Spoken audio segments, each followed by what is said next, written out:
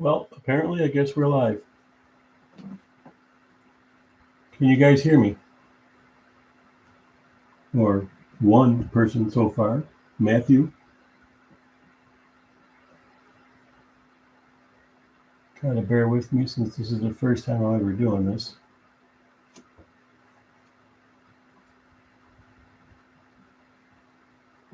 Awesome. So the sound works. Ah, you got a little sound meter. That's cool. You have to bear with me while I fiddle with stuff. Obviously, this is my office bedroom, so if you see a bed in the background, don't be freaked out. Kaleidoscope of knives, what's going on? I should have shaved for you guys, huh? A little scruffy here.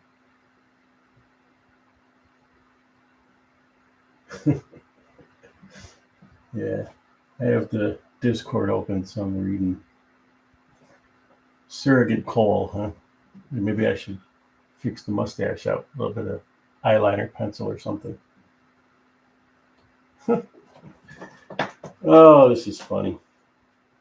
You guys are definitely fueling my insanity here. And my coffee cup is empty. Oh well. Maybe I'll escape for a minute and go make a cup really quick. Looking good, bro. Yeah, I don't know about all that. You better get your eyes checked. Come with me to my retina injections. You need some vision help. Yeah, I think I'm gonna grab some coffee. Might as well have something to imbibe while I'm figuring out just exactly what the hell I'm doing. I will probably disconnect the camera from the tripod and go over to where the knives are and at least flip a couple open here and there. Snot Rag, what's up? How you doing? Unfortunately, I am not going to be as entertaining as Cole, uh, and I'm sure he's on the airplane, so he probably won't be able to watch, which would be pretty damn hilarious if you ask me. But that would be really funny. So, what are you guys doing today? What do you want to see? I got plenty of knives here, over 200. Um, like I say, I can just take the camera off the tripod or move the tripod over, which was kind of a pain in the neck trying to find a good spot. I don't have a really wide angle zoom. 17 millimeters is as wide as I can go. Obviously, it's sitting close to the desk here, so it's hard to position it where you guys will see me and not see, my monstrous monitors and everything else. Here for the gangbang. Well, I don't know if I have any. Oh, here we go. This will work. We'll get some lube for you there, if it'll focus, which probably won't. A little bit of KPL heavy for you. Get the mood going. Or Loctite, if you're into that. I got Loctite here. We can lock to each other together. Need to brew some coffee as well. Yeah, I got a Keurig. It takes about 30 seconds, so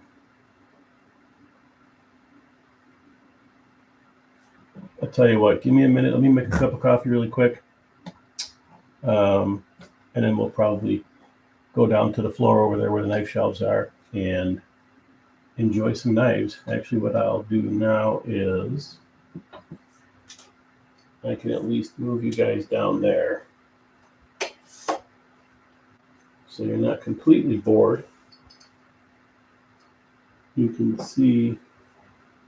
Sorry if you're getting seasick with the camera moving. I should have set up the other camera. I could have switched between them too, but I didn't know exactly how this was going to work out. So let's see. There's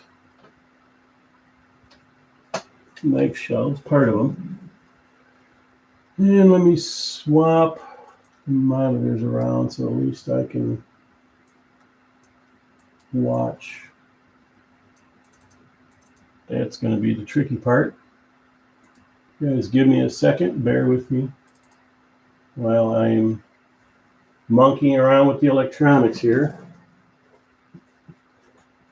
one of the good joys of my insanity is I can move my monitors and at least position them to where I can see them when I'm sitting on the floor. All right, give me a minute. I'll be back. I'm going to make some coffee. Talk amongst yourselves, the whole three of you that are here.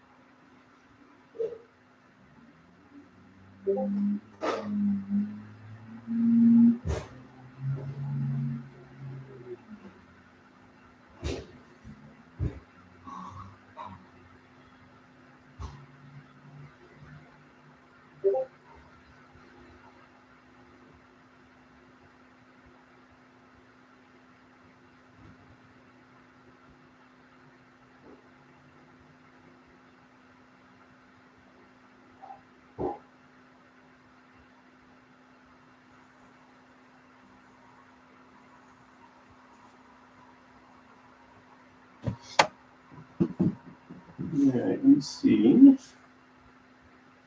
Make sure I'm not going to trip on any cables here. What do you got going on? Oh God, the depths of my collection. You're gonna be stunned and shocked at the same time. The weirdest, well, geez, the weirdest one. That's easy. That's real easy. You guys are gonna love that one. Cons, hey man, well, you guys are Ian Coates. You guys are coming in here, huh?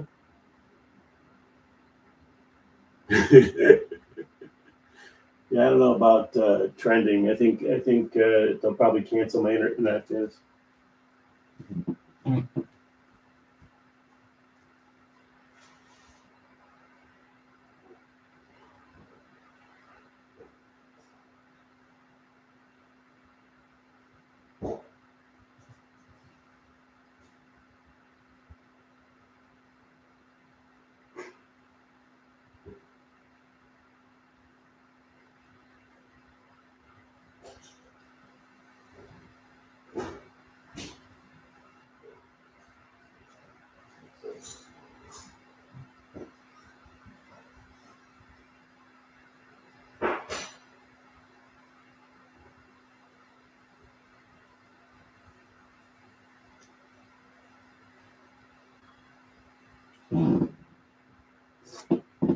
Ooh, that's hot. And you guys can let Tri-State know that I am using my camera cup, so he doesn't pick on me for not using it. Let's see, where can I put this? I'm gonna have to move a knife out of the way. It's terrible. All right. Fix that. I am going to have a seat on the floor. My weirdest knife. The weirdest one. Oh God, come on. The weirdest one that weighs about 6 million pounds. All right. Let's see what we got going on here. Move the monitor a little bit.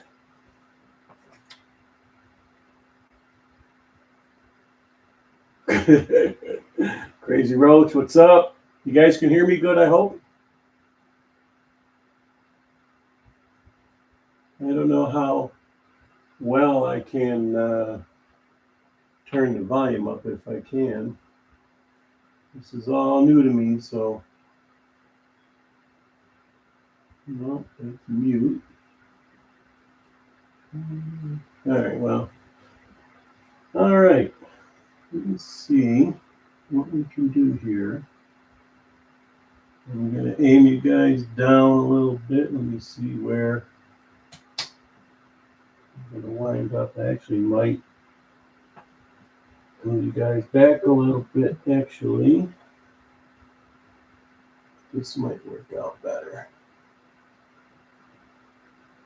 This is typically my sitting on the floor view when I'm bored and I'm playing with knives, cutting paper, which I'm going to move you guys again. There's all the stacks of paper, various types of paper, sales flyers, and the AARP magazine and stuff, which I keep the stacks separate because the paper is all different and it all slices different, which helps me figure out what's actually sharp and doesn't have nicks in it and stuff like that.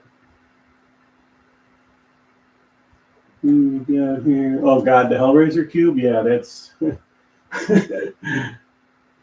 cheap Amazon find, but if you're into Hellraiser as much as I am, it's probably, for whatever $20 or whatever I spent on, it's probably the most priceless thing I have in this room. As far as my insanity goes, that thing is brings me a lot of giggles. Let's see, where are we at here? I hear you guys dinging the Discord, so I'm gonna check on that real quick.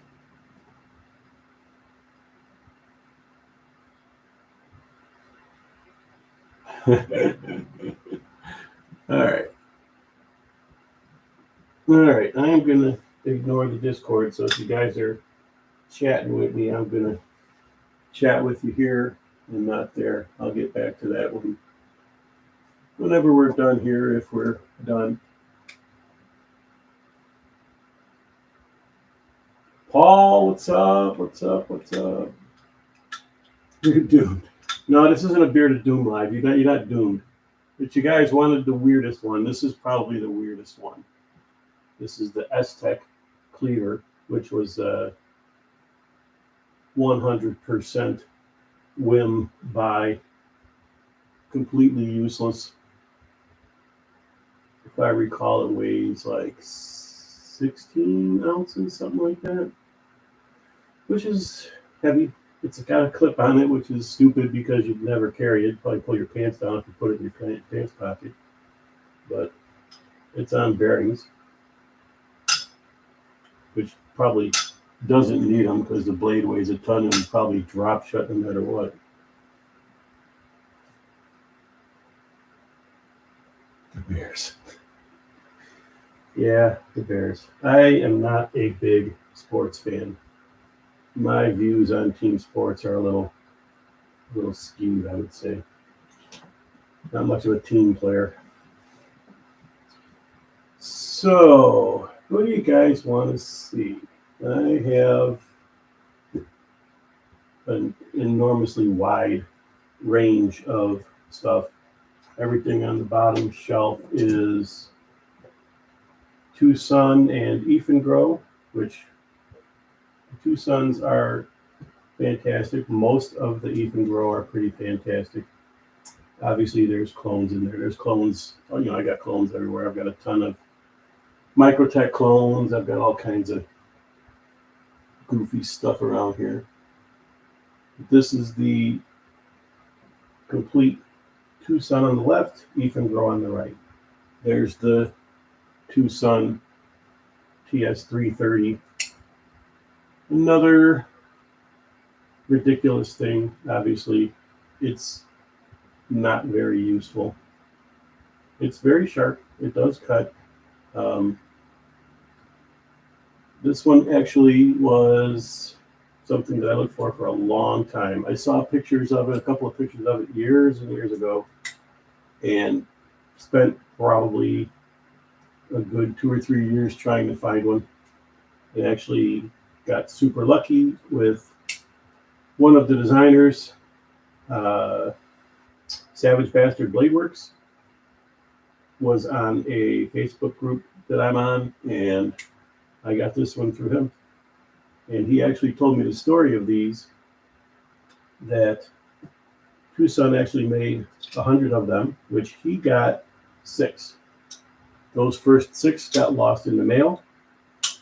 They sent him another 6. What happened to the other ones, I do not know. But I have one of the 6. And I mean, I love it. I think it's, if you're into any kind of weird, I wouldn't say it's, super rare or anything like that, but if you're into anything that's weird and rare, it's pretty good at filling the blanks of, what's your weirdest knife, and like I say, there's a somewhat decent story behind it of where it came from and how I got it, at least. And he even wax stamped his logo on the box, so I keep that down here with it. Need a EDC belt to wield that. Oh, I've got a tool belt that I wear at work that has a Leatherman wave and a Swiss tool, tape measure, keys, all kinds of stuff on it, flashlights that I carry when I'm at work. And there's probably not a lot that'll fit else on there besides what's on there already. I'm going to move you guys a little bit more.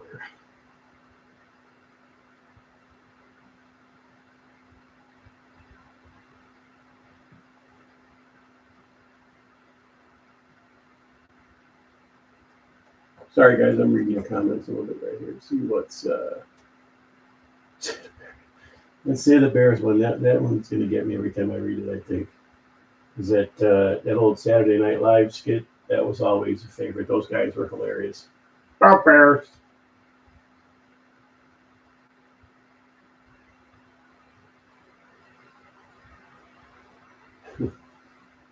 Well, anyway, how about a Tucson? This is a TS390. Nice little chisel tip. This is probably one of my favorite Tucsons, to be honest. I love carrying it.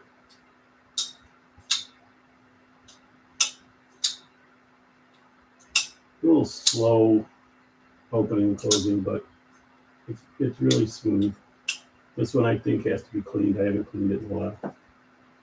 But I have 2 of them. I have the anodized lawn, and then I have the black wash.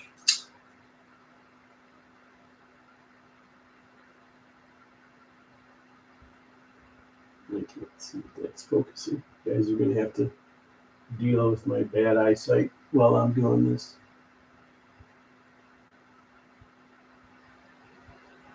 I know some people don't care much for Tucson's anodizing. I like it. I think it's pretty good. The ones that I have that are anodized, I like the colors. I like the design of it, the way it looks.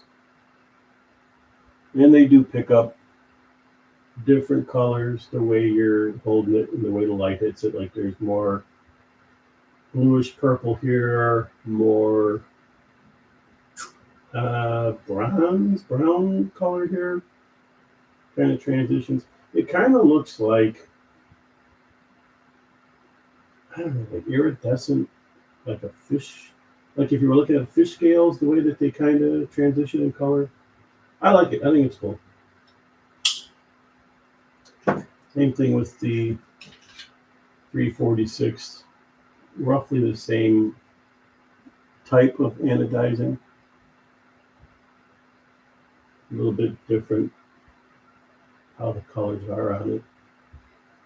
And I haven't cleaned the titanium, so it's probably not as crisply colored as it would be.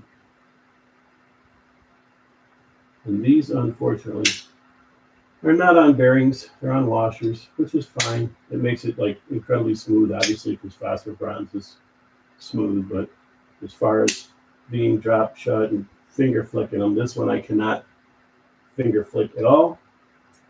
The black washed one I can, only because I did some work on the detent hole and made it a little bit more smoother transition.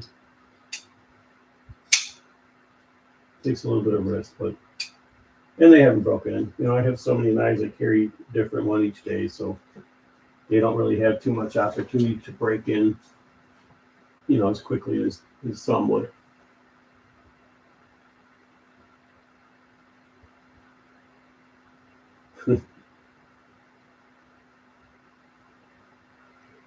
Back with some coffee. Well, I don't know about it being a fine collection. Uh,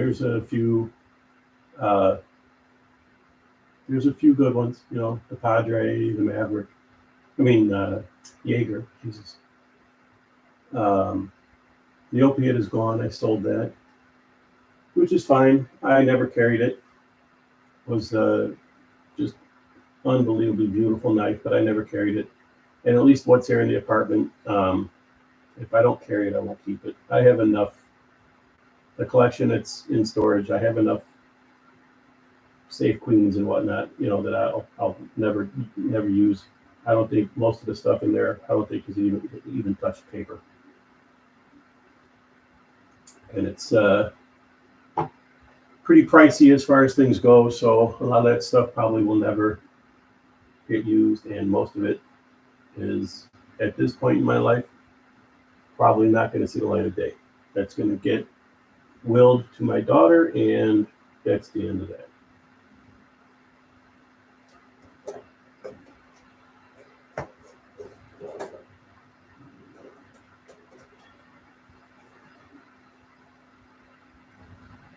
Anno on the Drop Bear. That I am not familiar with.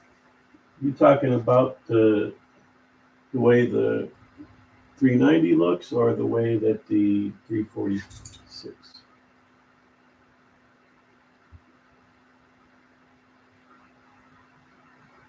And really, now that I think about it, as far as anodizing go, I think those might be the only ones I have that have any kind of pattern, which, you know, it's not really a pattern, it's just the way they do it. But anything else that's anodized, like the Artisan Mastiff, just basically, you know, color. That's all it is. Like, just anodize it whatever color they want it.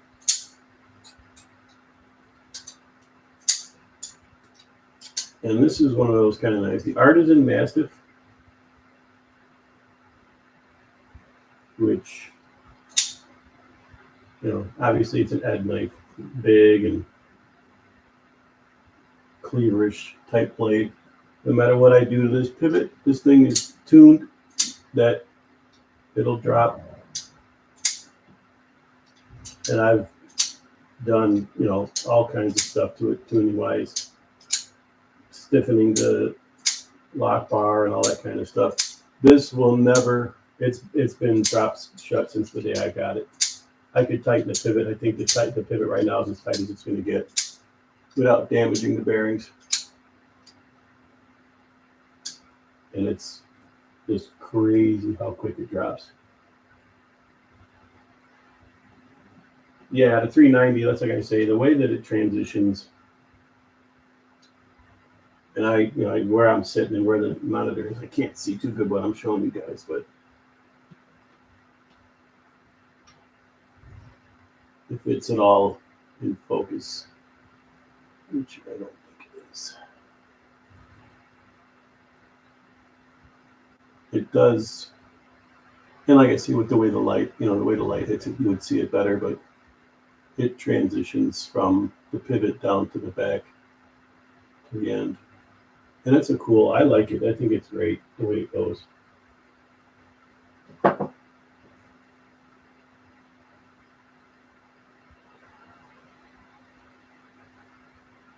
Yeah, it's not right. I've been like that for years.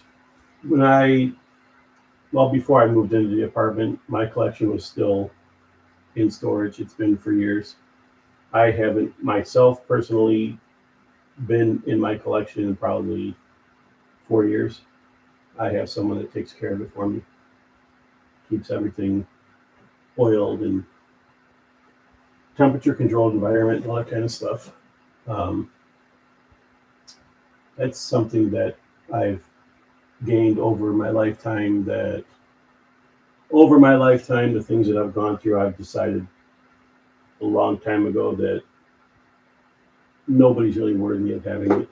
My daughter, I'll will it to my daughter, but other than that, I will never, in its entirety, there's only been my brother and my cousin, who are both deceased. They're the only ones that have seen the entire collection. Other than that, I've never shown it to anybody. I've shown pieces of it from time to time. I've taken, 20, 30 different pieces to show to friends or local meetups and stuff. But other than that, the way my insanity is, I would rather no human ever touches it. It's worth too much to me, and people are not, unfortunately. And I know one of you guys has this, the Tucson. Oh boy, I can't think of what the number is on this one now. Not the 425. Maybe it's the 425. Don't remember. But it's a nice little knife. I like it. Gave it a little candy color paracord, which probably most people wouldn't want that kind of a color on a knife, but I actually kind of like it. Little skull dude bead on it.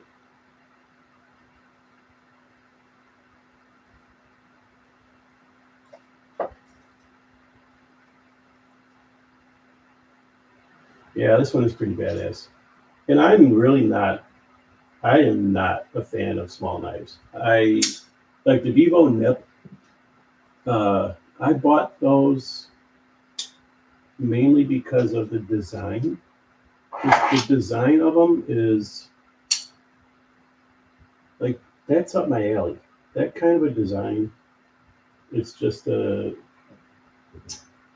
don't even know what it is. I don't know if it's just the symmetry of it.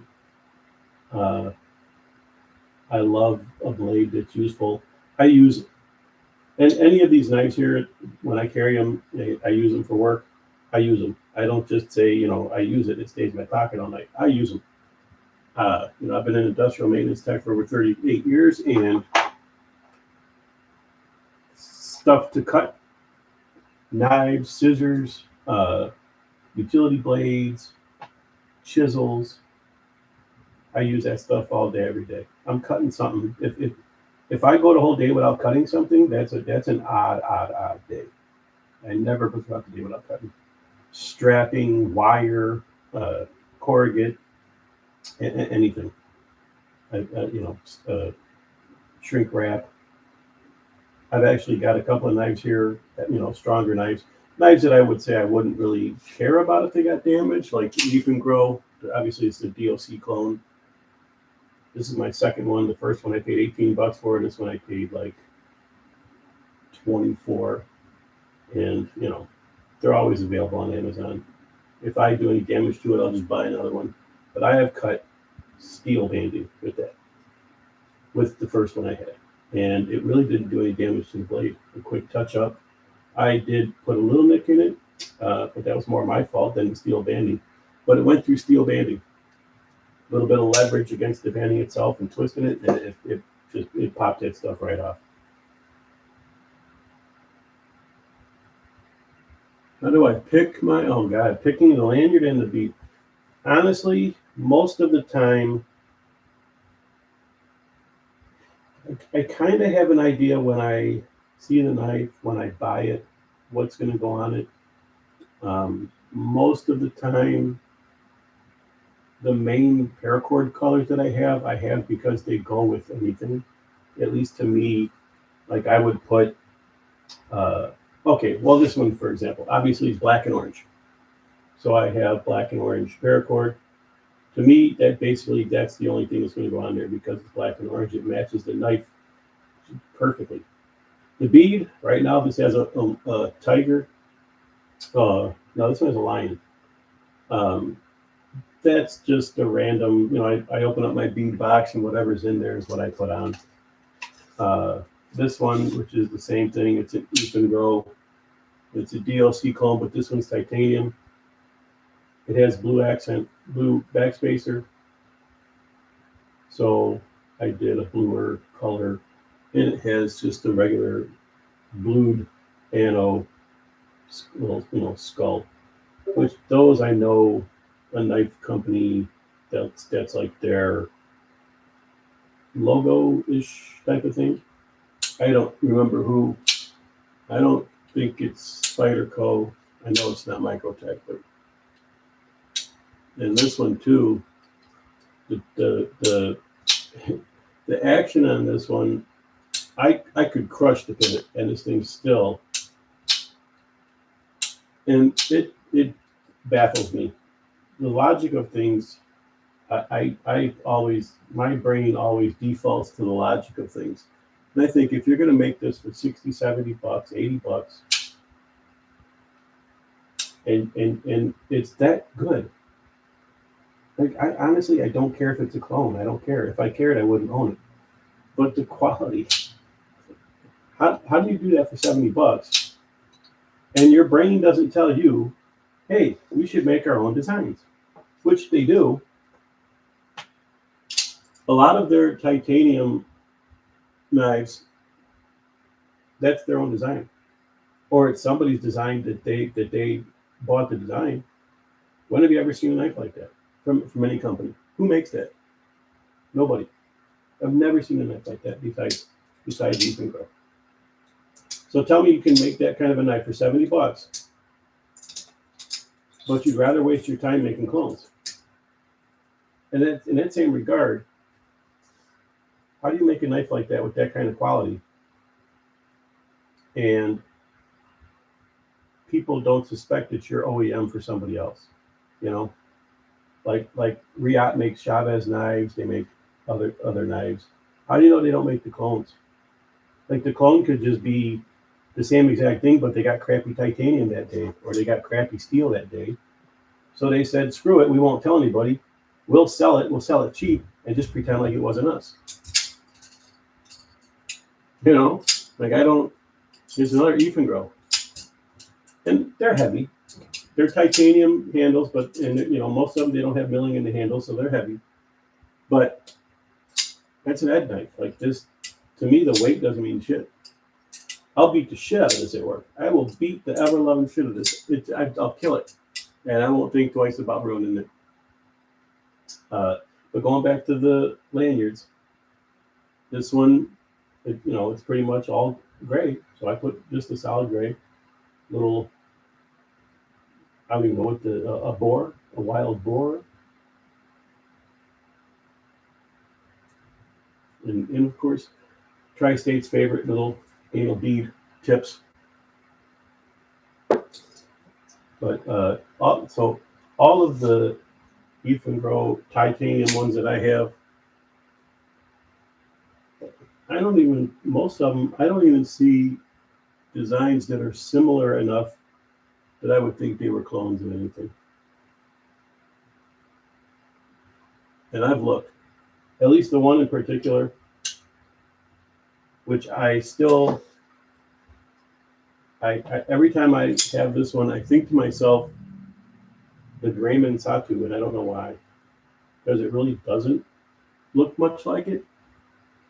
But when I first saw this one in the pictures, that's what I thought. I thought, oh, that's a clone of the Satu, and it's not. It's the weirdest thing.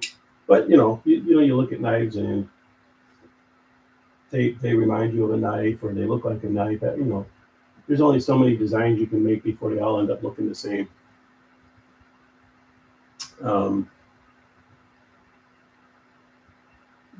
Yeah, and that's the thing too. Like clones, I honestly, I don't care. I don't care. That fight is not mine, and me not buying them. $30 to buy a clone is really going to influence the knife world that much? It's not. It's not. I'm a professional photographer. I have been for a long time. Professional photographers complain all the time because there's so many cheap cameras and cell phones that people are doing jobs super cheap, so they're not making any money.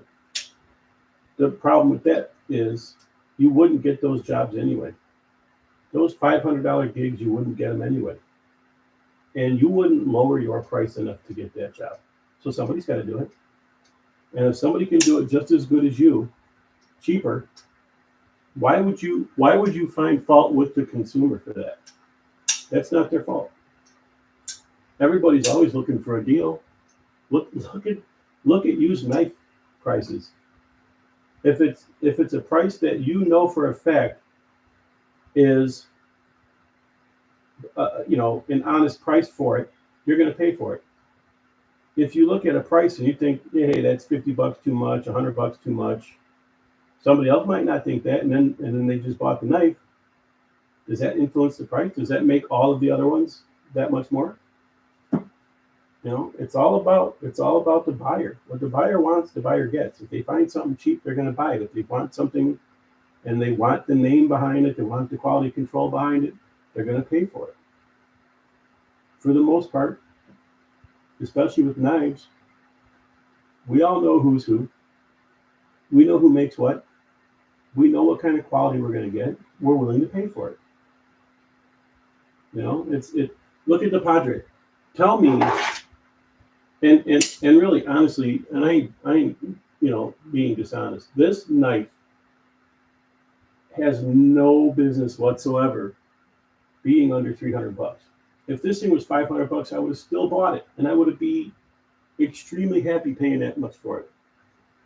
This knife is so perfect. Like, I can't even. There's no other word to describe the the action, the design, the build, the quality of the materials. It's all around. This is a perfect knife. It's perfect. Other people might not think so, and I've been collecting knives since I was probably 7 or 8. I grew up in a saw shop. I grew up in a sharpening shop. That's where I learned about sharpening and learned about different kinds of steel and how to heat treat and forge knives and all that kind of stuff. I don't have an uneducated opinion on things, and at least as far as looks go, if I like the look of one knife versus another, that's my own thing. But if I can look at a product, at the components of it, how good the titanium is, how good the steel is, what kind of steel it is, how well it holds an edge, how well it takes an edge. That knife, the grind, the profile, how it reacts to materials when you're cutting, how much the ergonomics are, no matter how you hold it, what you want to do with it. You can do any kind of cut, any kind of way. It fits perfectly. The only thing that's bad about this knife is where the heel hits. When you close it, no matter where you put your thumb, it's going to cut your thumb. I have never got it to land on my nail once. Every time it closes and I'm not paying attention, it cuts my thumb. That's the only thing I don't like about it. Same thing with this Tucson. Where is it? Sorry, I rearranged everything the other day, so some of these aren't in the spot that I thought. This one, same thing. No matter what I do, no matter where I put my thumb to unlock the knife, it's always going to cut my thumb. So I actually had to purposely tune this tight so it wouldn't drop. That's as fast as it drops, and I have to shake it to drop it that fast. I would rather slow roll it close. And once I get past the detent, then I'll let it drop. Otherwise, because I'll tell you what, man, you cut your thumb in that spot that many times, like right now, just cut it right now with this knife. You let it drop on your thumb that many times in that same spot, it hurts. You don't want to do it no more.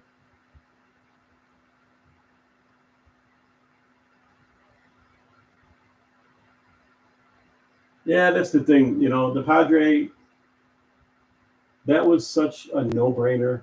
When I first saw the knife, I thought, oh my God, that thing's going to be $1,000, And Kunwu, everybody raves about Kunwu. and I can see why. But the initial thoughts of it, yeah, it's going to be something I don't want to spend that kind of money on. When I saw the price, that was so a no-brainer. I think I paid $2.99 for it. I'd have to look it up, but I'm pretty sure I paid $2.99 for it.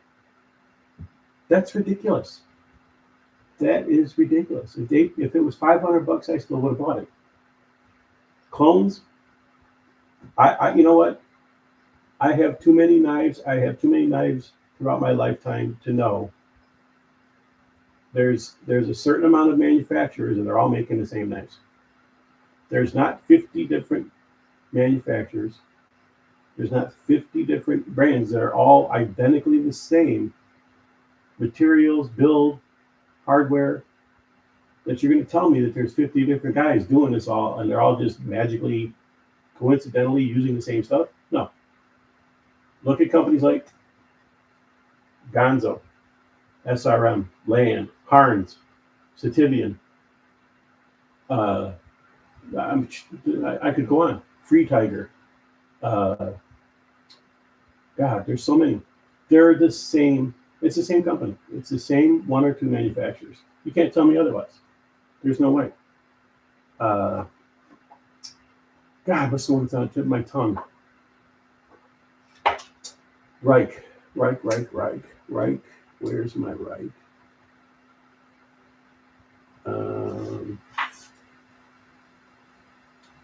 Nope, that's Sativian. I lost my Reich. Reich Hussar. And I think that one is the Ruike, right? I lost it. I lost a knife. But tell me, when you see a Sativian, just by looks, that's not a Ganzo, that's not an SRM, that's not a Harns, it's not a Land. Same thing. I can take the knife, the blade out of the Reich and put it in the Sativian handle, and it's exactly the same. The only difference is where the lock bar hits because they're profiled differently from the lock face. But it's the same exact millimeter hole. It's the same exact thickness where the blade sits with the bearings. Same exact bearings. Everybody's getting their stuff from the same companies, and they're just slapping their name on it. You see that kind of thing on a daily basis. Look at power tools. Ryobi and Milwaukee are made by the same company. They're made by TTI. The only difference is the Ryobi end of things, they use a cheaper overmold, a cheaper plastic. The motors inside, they used to be all the same between the two brands. They're different now because of the Milwaukee fuel. They use a different motor, different company. But other than that, same thing.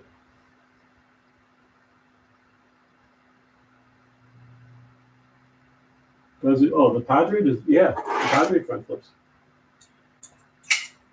And it actually front flips pretty damn good. I am not an expert on front flipping. I prefer not to front flip, but this one, there's certain knives that I have front flipper wise, like the Scholar, the Petrified Fish Scholar. I would rather finger flick it, but if I want to front flip it, it's like second nature to me. And I hate front flippers because most of the time the jimping on them sucks. You don't get no grip. You can't flip it.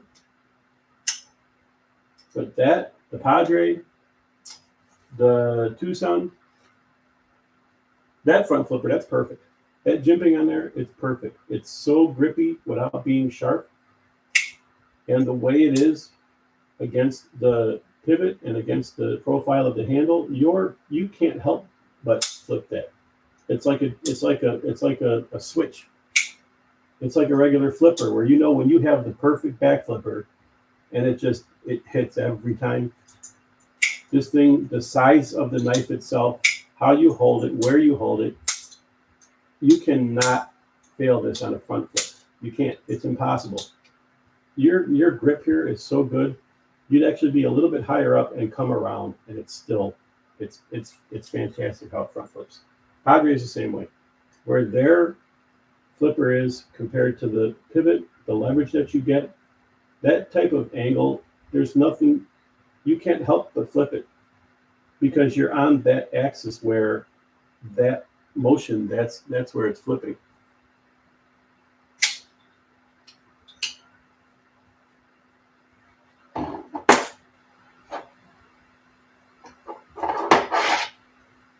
Clydesdale. Uh-oh. This one I had to tighten the detent a bit, the lock bar. It was too loose for me. So now when I finger flick it, I gotta have to have it in the right spot. But front flip, the jimping is good enough. I don't know if you can hear that, but it's like a file. And it's not sharp, it's just that it's done deep enough that your skin really doesn't have any choice but to grab it. You know, on the finger, it's a little hard because I have the detent tight, but it flips good. I like it. It's not my first choice as far as front flipping goes, but since I can finger flick it, it doesn't bother me.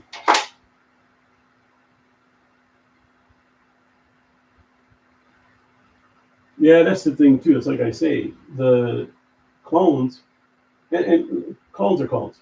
You can get clone tennis shoes, you can get clone tools, you can get clone anything. A clone is a clone. It's a fake, it's a ripoff, whatever you want to call it. But how do you know that some of these companies aren't making these knives? They got a crappy batch of titanium one time. They got a crappy batch of D2. It wasn't up to their specs. It wasn't up to their standards. They're not going to throw it away. They're either going to sell it to somebody else and say, "Hey, we've got these, we got this half a ton of titanium that we can't use. You want to buy it? Here you go." Or they're going to make the knives and they're going to pretend like they didn't make them and they're going to sell them. Hey, here's AliExpress in China, right next to the knife manufacturers, where they could just walk down the street and go, "Hey, what do you got for me today?" And there you go. Now it's on the website. Nobody's going to tell you. Look, come on, Jack Wolf knives. Who makes Jack Wolf knives?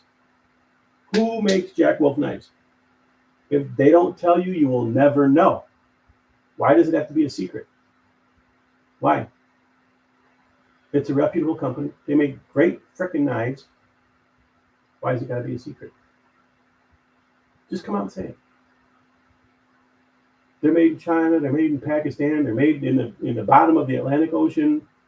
Nobody's gonna care. Nobody's gonna care. At this point, everybody knows you're making a fantastic knife. They're gonna buy them. They don't care who makes them. They just want to know. It's just nice to know.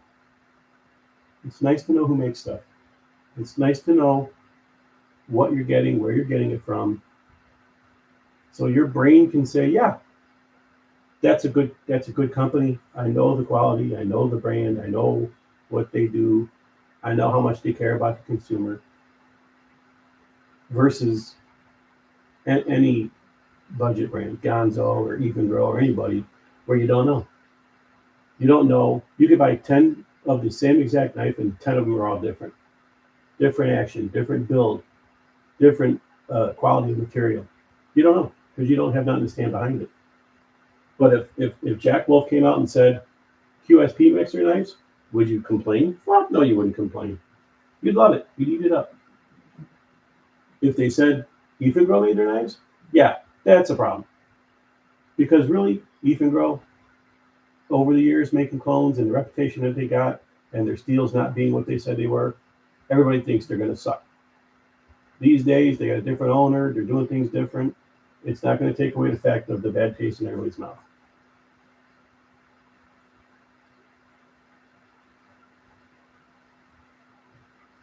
Oh, the Chinese business over there, that's they're I don't like to say bad things about people and countries and stuff, but their way of doing business, their work ethic, things like that, it's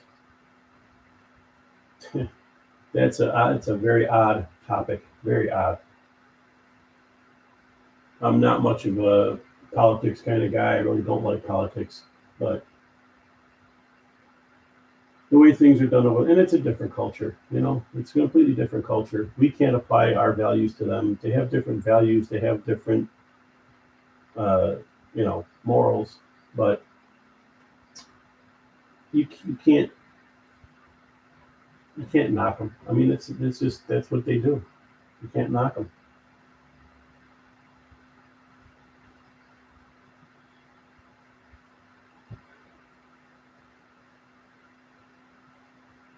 And really, as far as quality control goes, so Tri-State, I sent him a bunch of knives. I sent him a bunch of clones. Um, the clone Chavez that I have, the clone Arius, and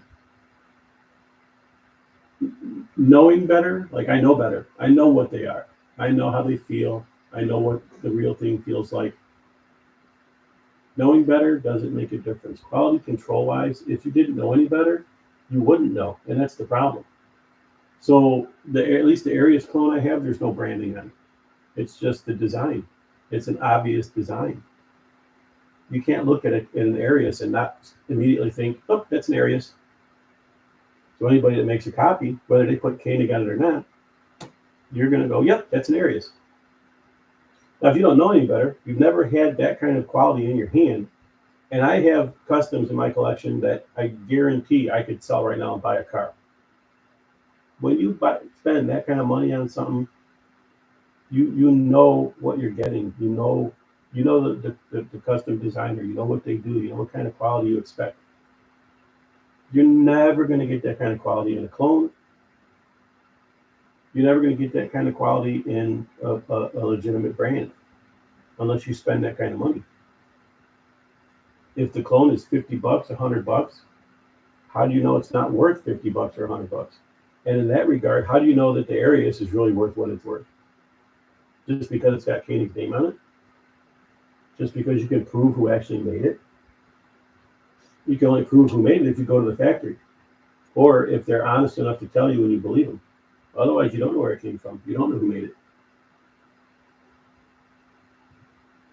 it. The clone, the Vosteed RS Chaos, as soon as I get the chance to buy a real one, I buy the real one.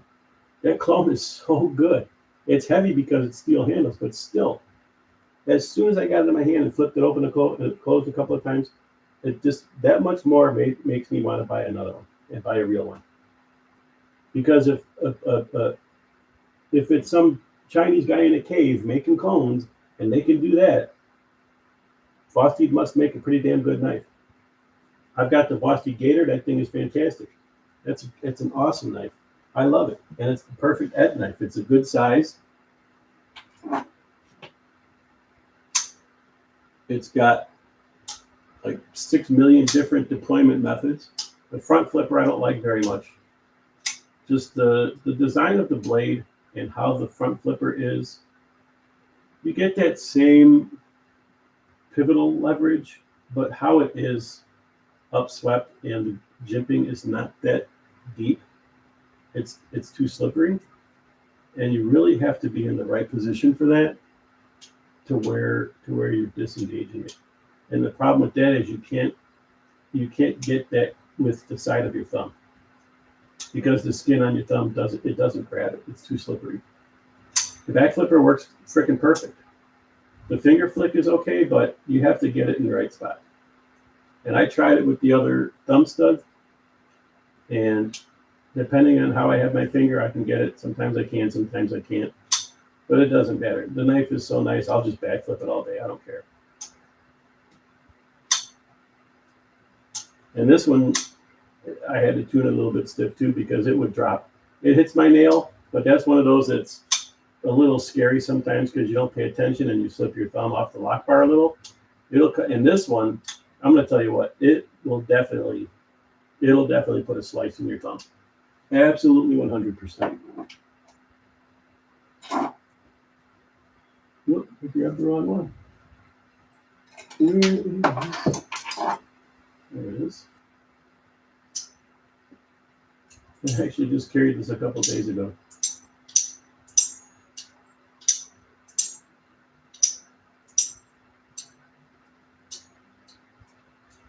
Oh, a little tricky. This one's kind of hard to do behind the camera.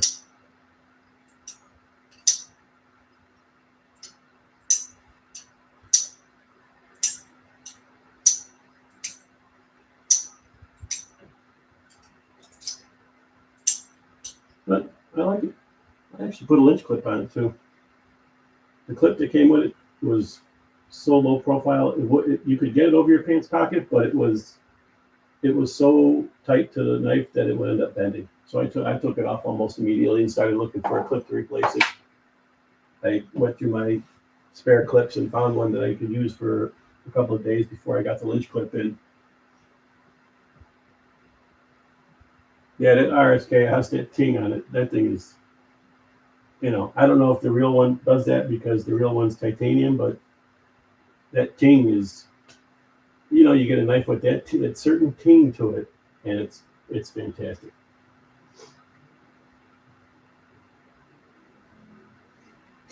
Well, as long as I got the TwoSun drawer open, this is an old one. This is a TS27, which I like.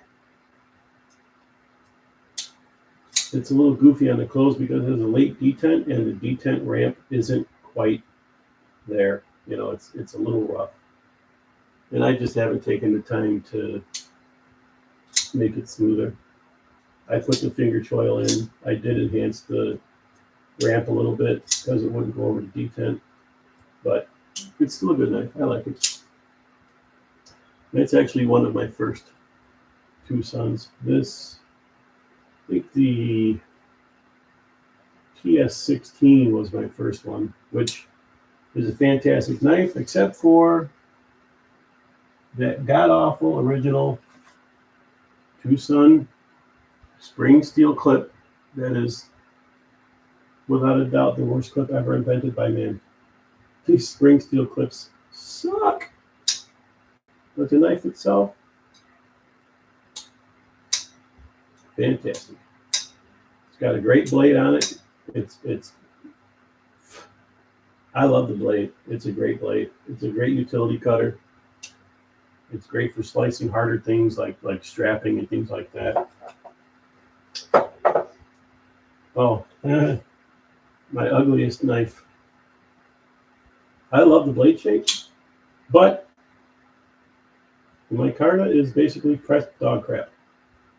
That's some of the worst micarta I've ever seen.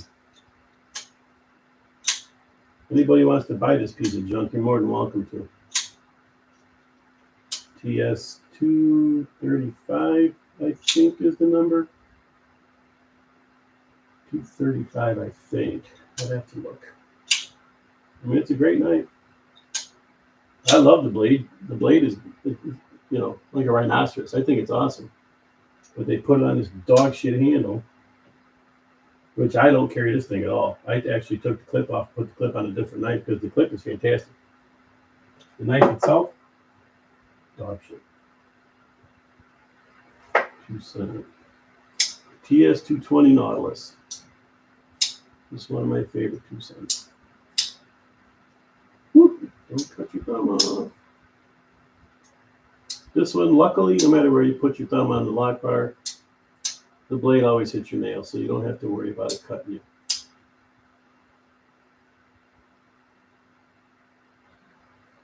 Titanium handles. And that's the thing, too. The choice of lanyard for this one's had a couple of different lanyards. I'm going to move the camera a little bit here.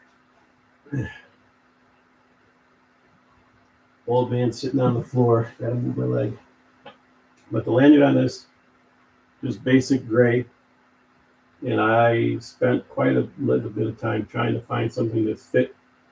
They call this one the Nautilus. So I tried looking for a Nautilus shell type of a bead. I couldn't find one, so I wound up finding an octopus. So that's what I put on it. Figured, it's a sea creature, ocean creature, so it's close enough.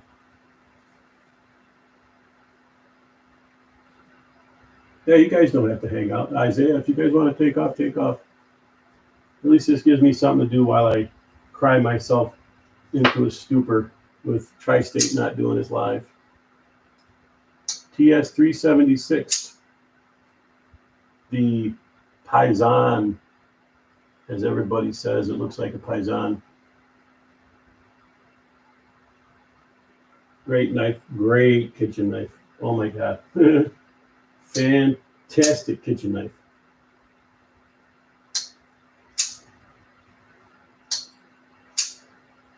Only has the finger flick deployment, obviously thumb flick too, but there's no front flipper, there's no back flipper, which doesn't bother me because um, as long as I can finger flick it, that's perfectly fine for me.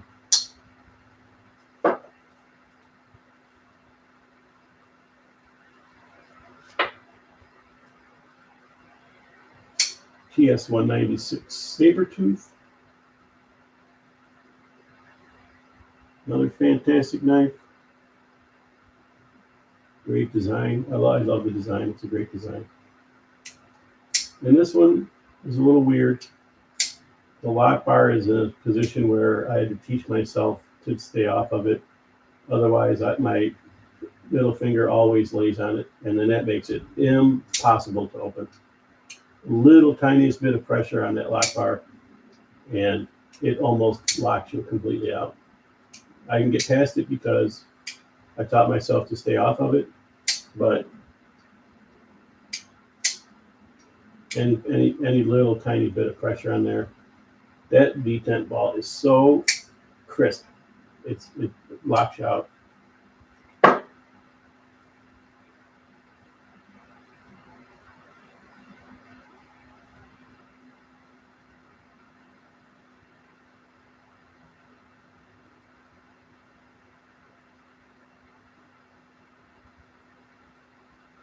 TZ, have a good day, man.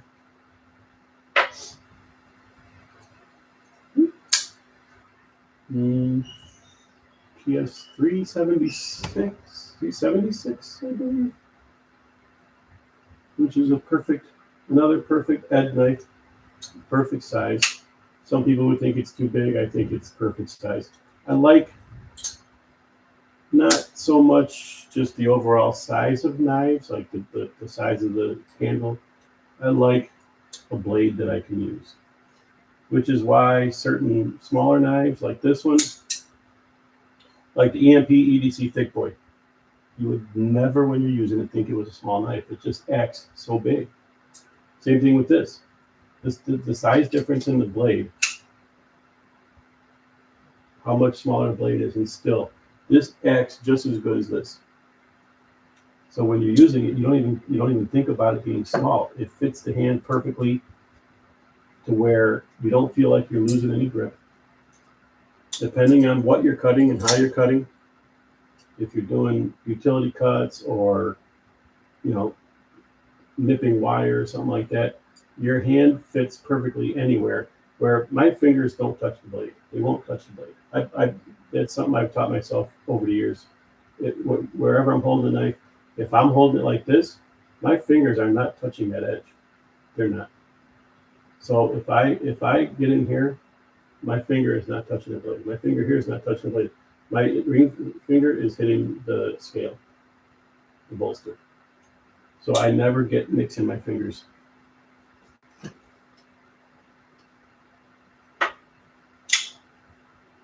This one I don't remember the number. This is 142 maybe. And this one is nice. The only problem is where they put the plunge grind,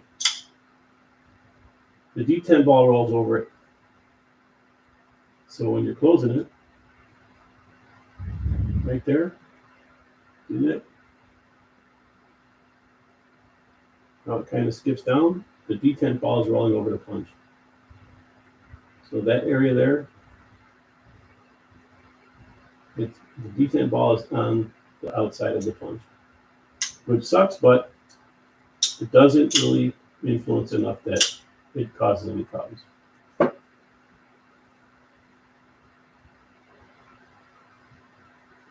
Oh, the Tucson, yeah, that's a good. And really, the Max Ace capsule, that's what I think this looks like. That's what I think that knife looks like. They look almost the same. Obviously, they're different, but just the way the grind is, the way the handle shape is, they look like I think of one and I think of the other just by the way they look.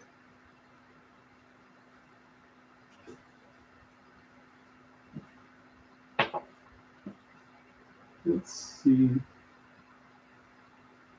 What else? Let's get off the some cheaper knives, which they're not cheap, but as far as things go, I wouldn't consider them expensive. Let's go up here. Oh, how about a Jaeger? A Jaeger on skiffs that doesn't act like it's on skiffs.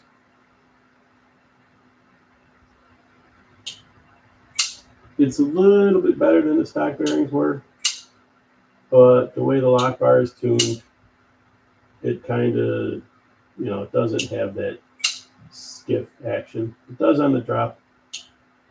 I've got the pivot a little bit tighter on this one only because of how I use it at work. Just having the least amount of deflection when I'm doing certain kind of cuts, like if I'm cutting banding with it, I noticed there was a little bit of flex, which is just the nature of things when you have bearings. Depending on how your tolerances are, you're going to get a little bit of flex. So I leave the pivot a little bit tighter on that one.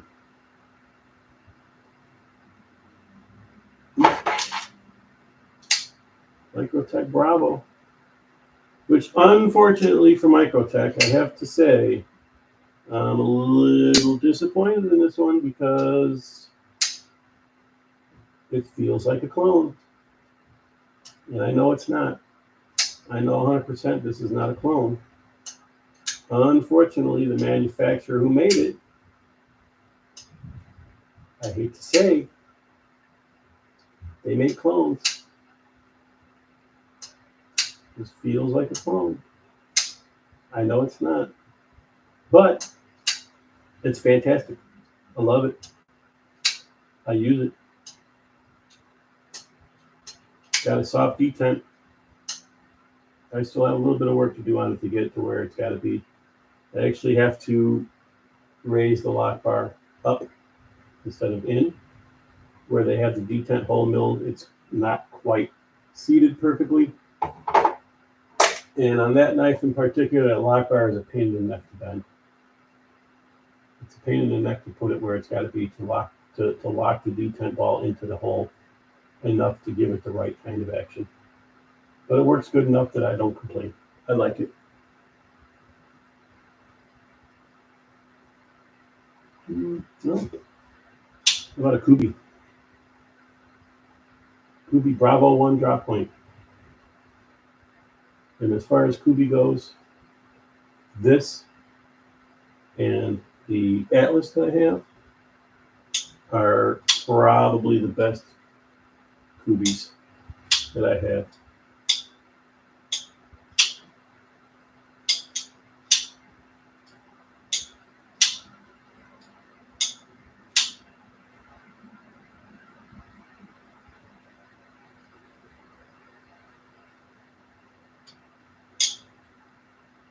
That and the Atlas, which I bought secondary, and the guy that had it anodized.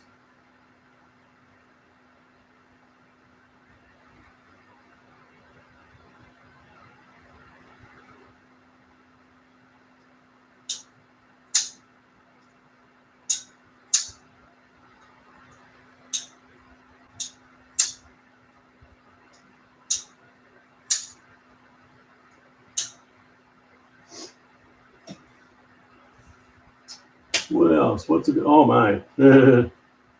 This Citivian ST237. I'm pretty sure you guys have seen the pictures of this. Absolutely crazy Damascus, mirror polished Damascus. This is a beautiful knife. I paid $40-something, $48, something like that for it. Come on.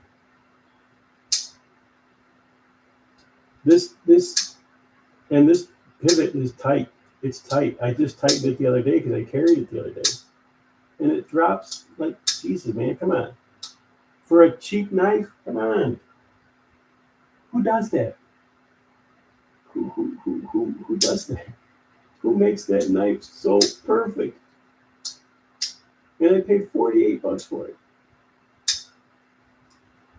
Look at that. It's crazy. Such a great knife. Awesome carbon fiber, titanium. The blade is fantastic. You can finger flick out. Look at without even being nothing. And the blade don't weigh nothing. Look at that. Look at that. Look at that. Come on. Who does that? Free Tiger. Another cheap one. Cheap. I paid $30 for this. Free Tiger. Who the hell is Free Tiger? Harns, Land, SRM, Gonzo. Come on. Same company. Look. Come on. Come on. Come on. Who does that for $30?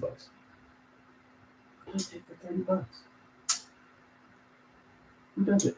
The cheapest piece of crap knife here. A company I found on Amazon, Win Plus. Who the hell is Win Plus? Win Plus. This one and this one. Cheap. Come on, cheap. Freaking under like $25, I think. Cheap knives. Cheap. You can't get them any cheaper. Why is it so nice? And why does a company take the time to actually do milled in pocket clips? And on top of that, put a spacer in there so there's no hole. So now I can take the screw out, take the spacer out, flip the clip there, and put the spacer in there. No hole. Clip fits perfectly flush. Who does that? Who does that for $25?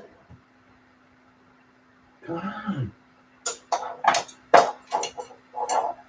It's the little things that make me giggle.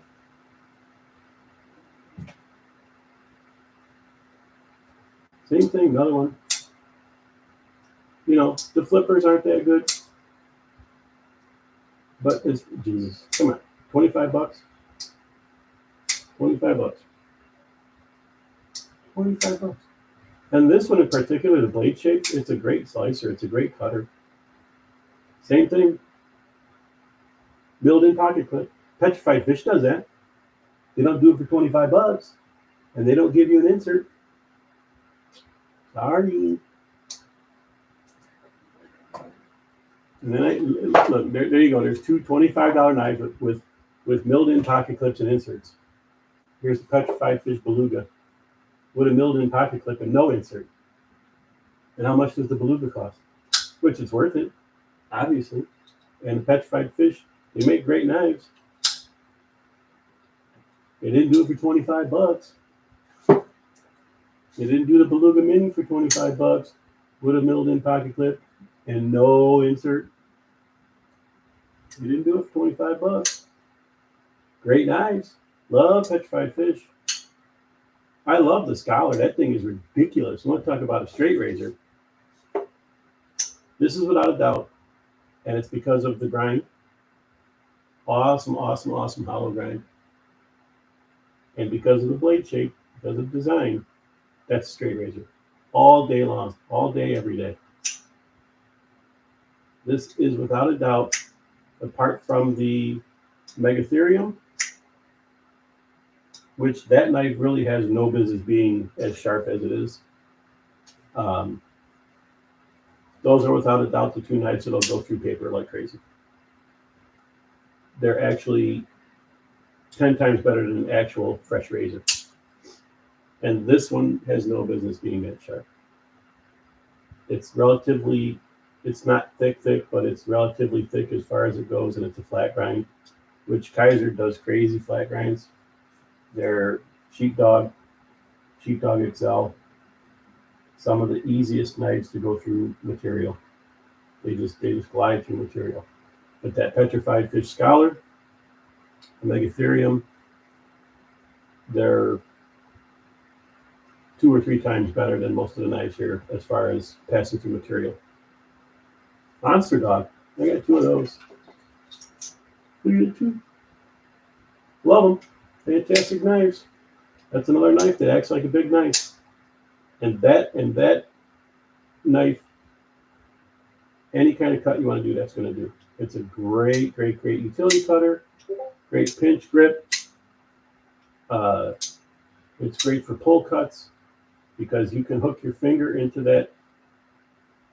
I don't even know what is that, reverse boom finger choil, but that's not coming out of your hand. You can get your thumb up there and still not be on the blade where the choil is. Great knife. Great knife. I had the G10 one first, and I liked it so much that I had to get the Thai one. It was just I had to have a premium version of this. And the Atlas, same thing. I had the G10 one before I got the titanium one. I always wanted the Thai one first, couldn't afford it. Bought this one, and it's a little bit smaller than the actual Thai one, but when you're using it size-wise, you don't know any different. You're unless you have both side by side while you're using them, you don't notice the size difference. The Titius, the same thing. I had the G10 one first, which to me was a fantastic knife. I can see where people say it looks like the Arius. I really don't think it looks enough like it to say it looks like it, but that's just me, and I got old man eyes. I got the Thai one. I like the blue. Didn't like the clip, so I put a Thai clip on it. And why they made a knife like this and put a spring steel clip on it, I don't know, but I guess some people like deep carry clips, but on that knife, it doesn't. It needs a titanium clip. Make a milled deep carry titanium clip. Make do a Lynch clip type of a clip. Do something else. Don't put just a standard deep carry like a ZT clip. Don't do that. You're not doing the knife justice by doing that. Pizza, what's up? Did you bring pizza? Could use some pizza right now. Oh, what else? Oh, love this one. Got it from one of you guys. Fantastic knife. I love it. Got a weird blade on it, though. The way it slices, sometimes you got to have such the perfect angle of direction when you're slicing. It'll usually slice pretty good. Every once in a while, it hangs up like it's got a burr, which it doesn't. It's weird. Same thing with the Wii Buster. Something about the way the blade is when you're slicing, you have to have every once in a while a certain angle where it won't go through material. It'll snag. And it's the weirdest thing because these edges, there's not a knife here that I haven't put an edge on that's not completely 100% smooth. There isn't a nick in any blade here. There isn't a burr on any blade here. I've been doing this stuff my whole life. Doing edges is, I can do that easier than I can breathe. These are Tactical Gears, another company that does clones. It's the same company as Ethan Grow that manufactures these. They just, they put whoever wants the brand, they put their brand on there. So I don't know who the actual manufacturer is. If Ethan Grow actually does do their manufacturing and just brands it for whoever wants to buy it, but Tactical Gears, Ethan Grow.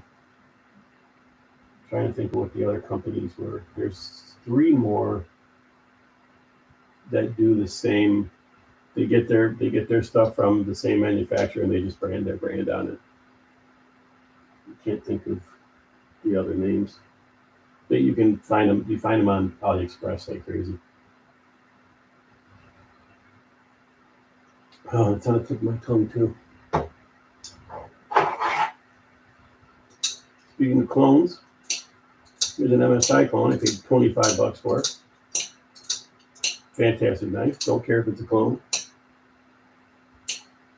I would love to get the aluminum scales on this, but I don't know if they would fit. I think it would be, not only would it look incredible, it would be incredible with those aluminum scales on it. But slicer, holy cow. Slicer. This I would put on the same level as the Max Ace Goliath.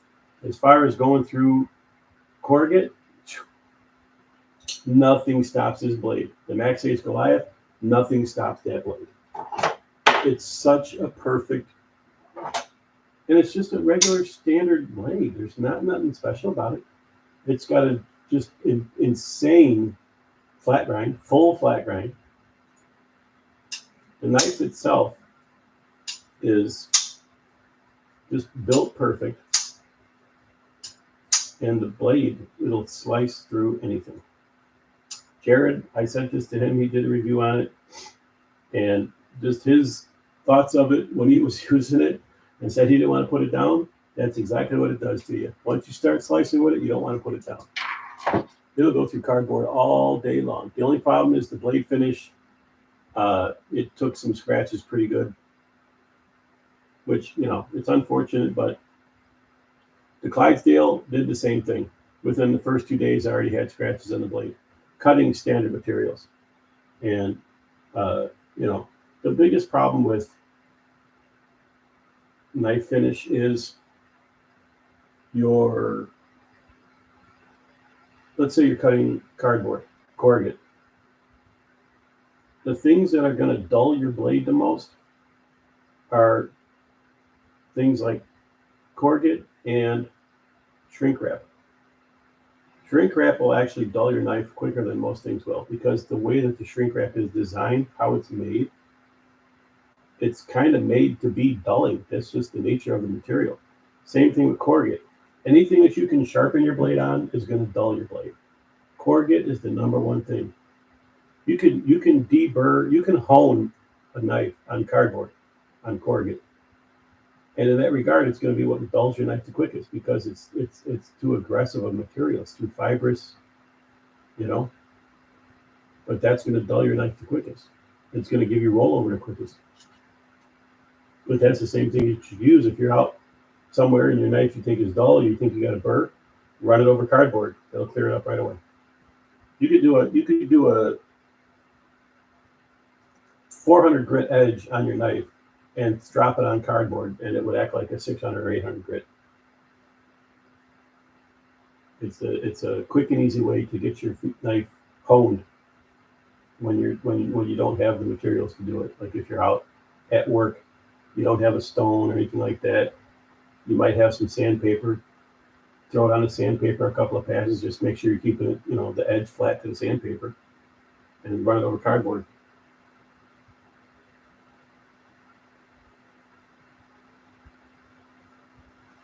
Carrying, I'm not carrying anything. I'm still in my joggers. Typically, I'd have probably one of the nips or one of those little dinky Amazon Massillon knives. Every once in a while, I'll put the Jaeger because it's light. I'll use that in my joggers. Right now, I don't have anything in my pockets. I have everything here. My little shelves of joy. What else? I'm trying to think of what kind of oddball stuff I have.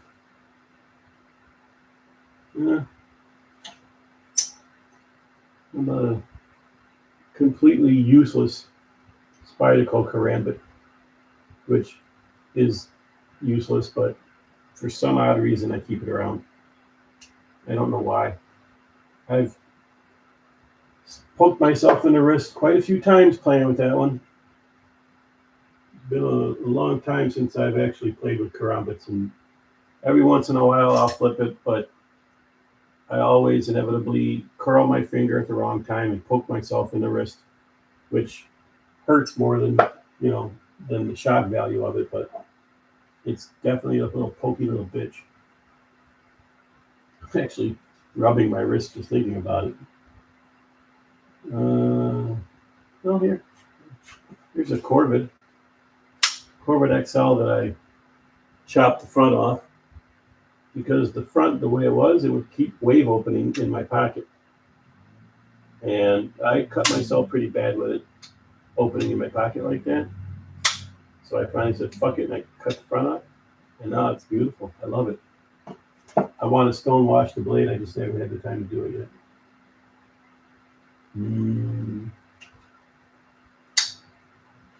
Artisan proponent, a big ass knife that has no business being even existing because it's just ridiculous.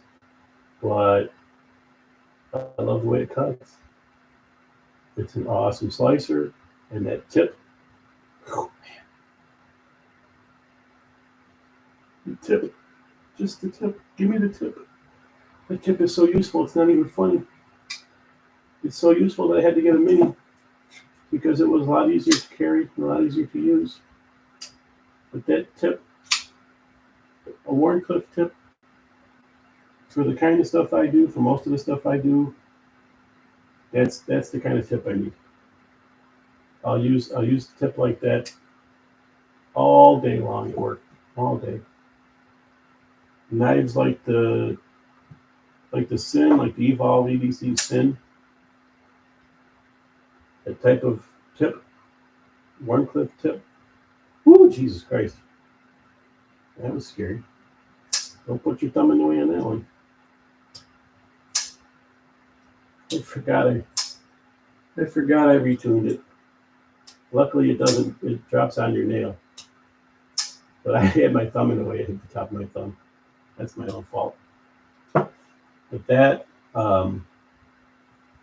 anything with the, I mean, geez, even the Megatherium, the way that tip is, this one's a little bit harder. Some of the grips I use, this one's a little bit harder.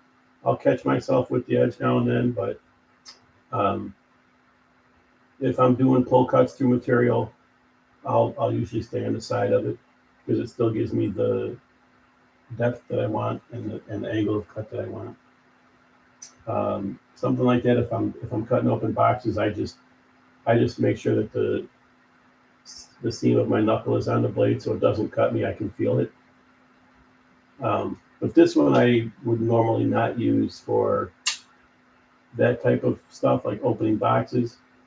It doesn't have the right kind of style for the way that I cut.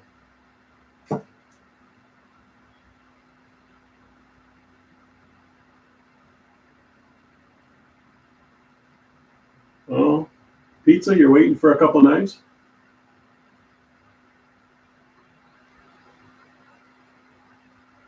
Oh, the post office tracking sometimes drives me through a fucking wall. It'll be in my town out for delivery. The next thing you know, it's in fucking Puerto Rico. Like, what? It's just some like half blind idiot putting tracking info up there and just writes whatever he wants. Oh, I think I'll put it's in Bora Bora today. And then 10 minutes later, you check it and it's in your mailbox. Oh, well, okay. I don't know how that works out exactly, but here's a good clone, Mini Synapse, which I play with this one and I kick myself every time for selling my XL, which was a real Synapse XL, and it was an incredible knife, but I didn't carry it. And I don't know why, because it was an incredible knife. It was a great user. I just never carried it. I don't know if it was because I didn't want to ruin it. I didn't want to do any damage to it or what. But, I mean, I'm carrying, $400 knives. It don't bother me the price of the knife. I don't care.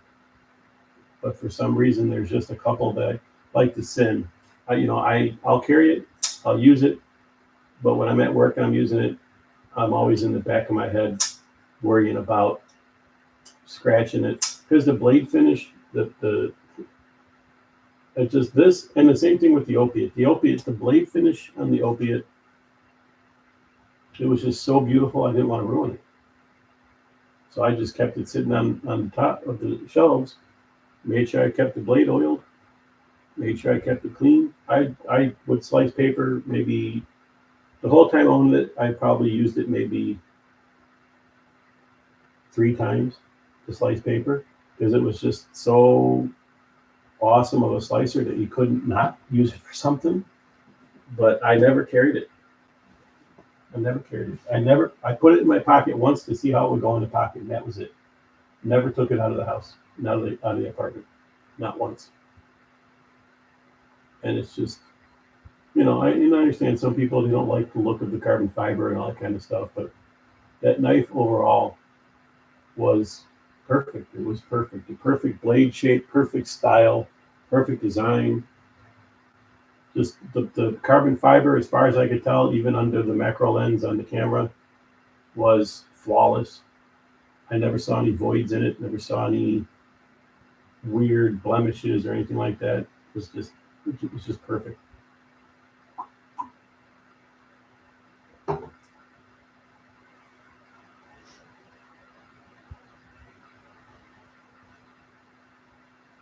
Yeah, the Sin is interesting knife. I want, the same thing with the God of Mischief. I want one. It's one of those knives where you want it, you want it, but when you have the money, you wind up buying something else. And it's not because, one knife is better than another. It's not because you decided you don't want the knife. It's just, I think it's just the nature of the beast with knives. And really, that's why a lot of older knives, a lot of custom knives, they're not as desirable as they used to be, because there's so many good, not even good, there's so many incredible new knives, and there's just more coming every day. Your brain can't process. You could want a knife for 30 years, finally have the opportunity to buy it and be the perfect price, perfect. It's in immaculate condition. It has all the original box and everything with it, and you wind up buying something else because that new knife, you're like a crow with a penny. You see something shiny, and your brain shuts down, and you go to the new one. I do it myself. There's knives that I've wanted for years that if there's particular customs that I've been waiting on, if I have to pull a knife out of my collection and sell, I will. And for the most part, I've been fairly lucky to do that. Selling some of my collections, what kept me from, going bankrupt when I lost my job from losing my apartment and everything. But other than that, the new stuff is just overwhelming. And these companies, it's not like it was 40 years ago. It's not like it was 30 years ago. There's so much perfection in steel and so much perfection in just basic materials like micarta. Think of some of the micarta you have. Even if you don't like micarta, sometimes you get a piece of micarta in your hand and you're like, this just blows away every fucking handle I got. This thing is incredible. Like the micarta on that Tucson, that's shit. It's garbage. Worst micarta I've ever had in my hands. And I've dealt with micarta in other things besides knives. Linen micarta, burlap micarta, fiberglass impregnated micarta. There's all different kinds. Resin bonded. That micarta right there is the worst micarta I've ever had in my hands ever in my entire life. It sucks. It's horrible. It's the worst. It's just the worst. It's the worst.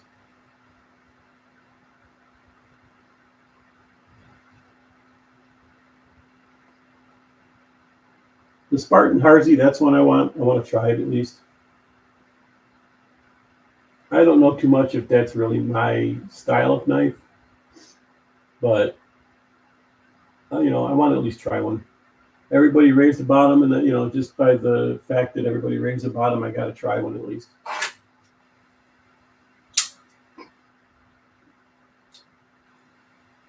Here's another. This is another weird one. I kept seeing it, and I thought, that's an awesome design, man. I like that design, and I bought it. And then I realized why I like the design so much. So this one I got on AliExpress. The name on the sale was Shoozziz, Shooziz. The name on the blade is Alpha Mui, Alpha MUI. It's a fucking slim foot. I didn't realize until one of you guys on Discord told me, and I'm like, I'm telling you, man, I know this looks like something, and I could not for the life of me figure out what the hell it was. And I've wanted a slim foot for a long ass time, and just for some reason, it kept slipping my brain of what it looked like. I got it. It was great. A great knife. It was built great. The action was great. I posted it on the Discord, and you guys, hey, that's Slimfoot. I'm like, damn it! I knew that's what I knew. I've seen it somewhere. I knew it. Oh, Penguin Large. Great knife. I don't like the wire clip on it, but I haven't found something to put on it. I have a Rips Garage clip on my Schliz Bowie, but the ridges, it wouldn't quite fit the ridges on here, and I don't know if there's a clip other than those that would fit it. With that, where those indentations are for the clip to sit in, they're a little bit wider on the. They're a little bit wider on the Penguin Large, so this clip wouldn't fit it.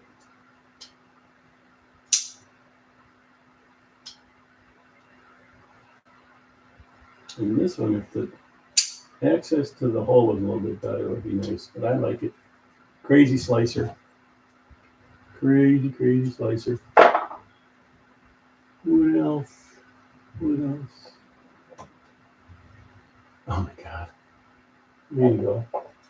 Here's a ridiculous knife that I actually think about. I want to carry it so bad, but I just feel like whipping this thing out at work. It would just be so weird. It's a ritual. And this is one of those things that I can't look at pictures of this knife and not have one. It is so ridiculous, but it is so much fun. Oh my God, it is so fun. This knife is so fun. Let's see how sharp it is. Let's see if we can put you guys down here. Welcome to my Ed sits on the floor and slices paper area here. I think it might be sharp. But because it's a scimitar style blade, you really got to figure out how the hell to use it to get it to slice. Because that curve, no matter what you do, depending on where you put your material, it's not going to catch right away. So you're going to be sitting there swiping at at your material until you finally get it to catch. But if those new ones they got, so the designer calls it the right. CRKT calls it the Ritual still, but it's a mini version. It's a smaller version. I want it so bad, but it's like $250, something like that. I want it so bad, the Damascus one. Here's the Blitual, as I call it, the black Ritual. Another one that is, you don't want to spend the money on it, but for some strange reason, you gotta have it. I like the oddball stuff, I guess. You see, like I say, you gotta get it just the right way. It's definitely sharp, but that scimitar blade, that's only designed really for one reason, and that's for doing damage to things that are not inanimate, we shall say. I don't know if I'll get in trouble for saying what you guys know I'm trying to say, but that's meant for, scimitars were meant for war. That's what that design is good for. It's good for blade, deflecting your opponent's blade, and for doing damage at the same time. This is a steel handle crack, which I love. I put the titanium clip on it. I'm trying to think, did this have? I don't know if this had a wire clip on it. I don't remember. I'll have to look at the pictures. If it had a wire clip or if it had a deep carry clip, I don't remember. But I put the tie clip on it because I like the look of it better than what was on there. I think it was a deep carry clip. I can't remember.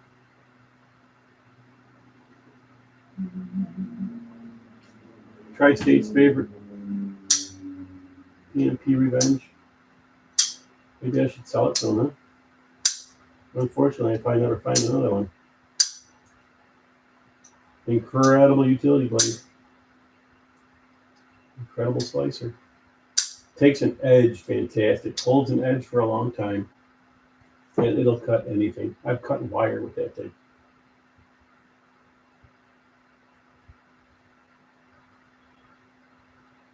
Slim Pickens, that's another one I want to try. I don't know if I would own one, but I'd like to try one just to see. Same thing with the Mini Barber. Just the Mini Barber, just that design. It's a cool design. I don't know if I would own it, but I'd at least like to have it in my hands for a little bit, fondle it, see how I like it. Here's something that I found quite interesting. I'm going to see if I can zoom in for you guys a little bit here. So this is the Orion Cetus, which the flipper on it sucks. Sorry, but it sucks. Finger flick's great. Flipper, the position of it, sucks. And this is even after tuning the lock bar to get it to flip better. The flipper sucks. So this is the Orion Cetus.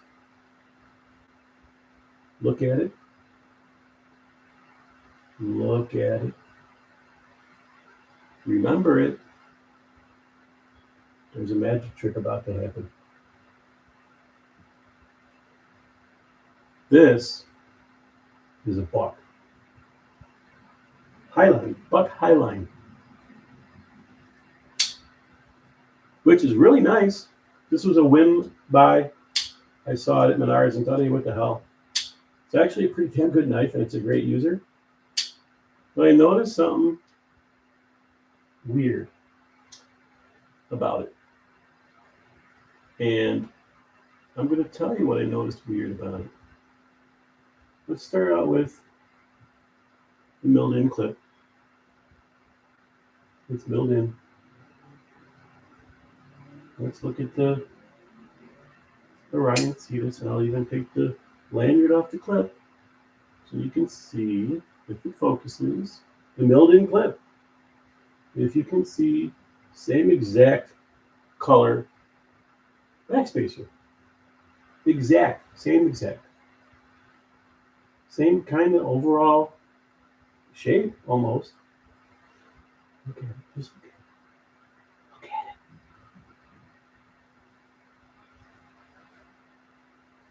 it. Were they made by the same company? Ooh. A riddle. I don't know if they were, but they, material-wise, titanium exactly the same. Backspacer is exactly the same. Obviously designed different, but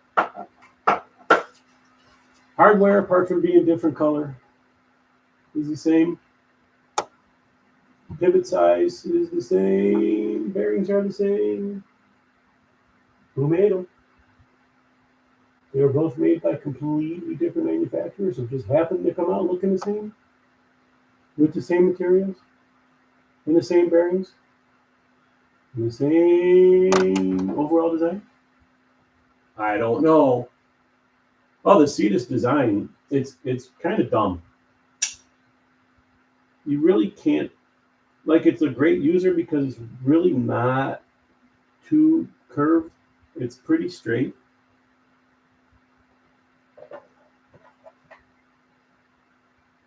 You know, it's almost straight. Where are we at here? There we are. There's very, very, very tiny belly on it. The problem is the direction of the way the blade tip aims. You're kind of restricted to certain kind of cuts. You can do slice cuts with it, but you have to do it with a slicing motion. Trying to do push cuts with it, you have to be so dead on and still have a little bit of pull through the cut. Where you're slicing at the tip is the best place.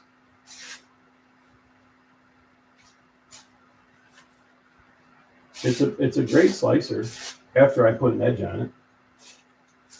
The factory edge was nice, but it was hanging up a little bit. It had a couple of nicks, not really nicks, but there was one spot that had some rollover. There was one spot that had an imperfection in the edge, which I think they might have just hit something bad on the belt, but it's a great slicer. The problem is every once in a while when you're cutting material, it'll kind of drag, kind of like if you had a burr, you just hit a certain spot and it just stops.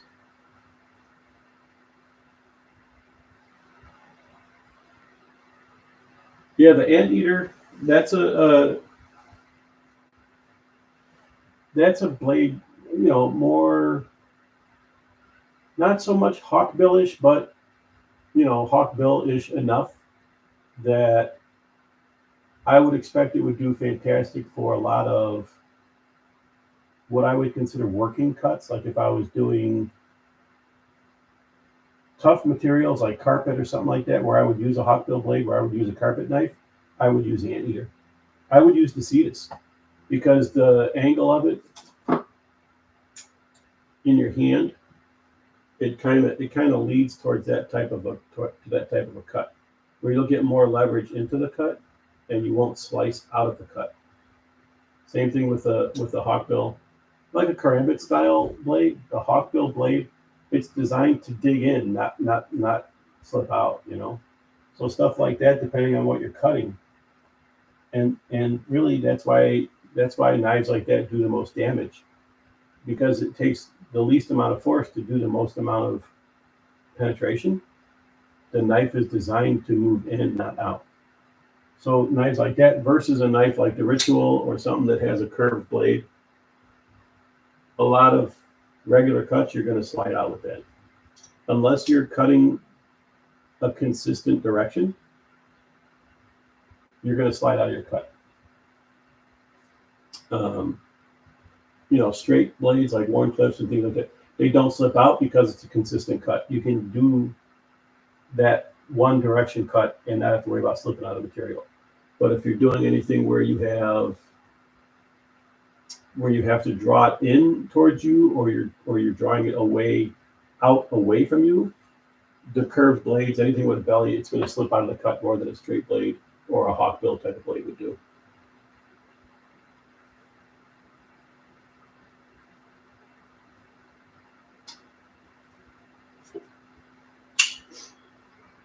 The petrified fish deep sea, which got an octopus because of the deep sea name.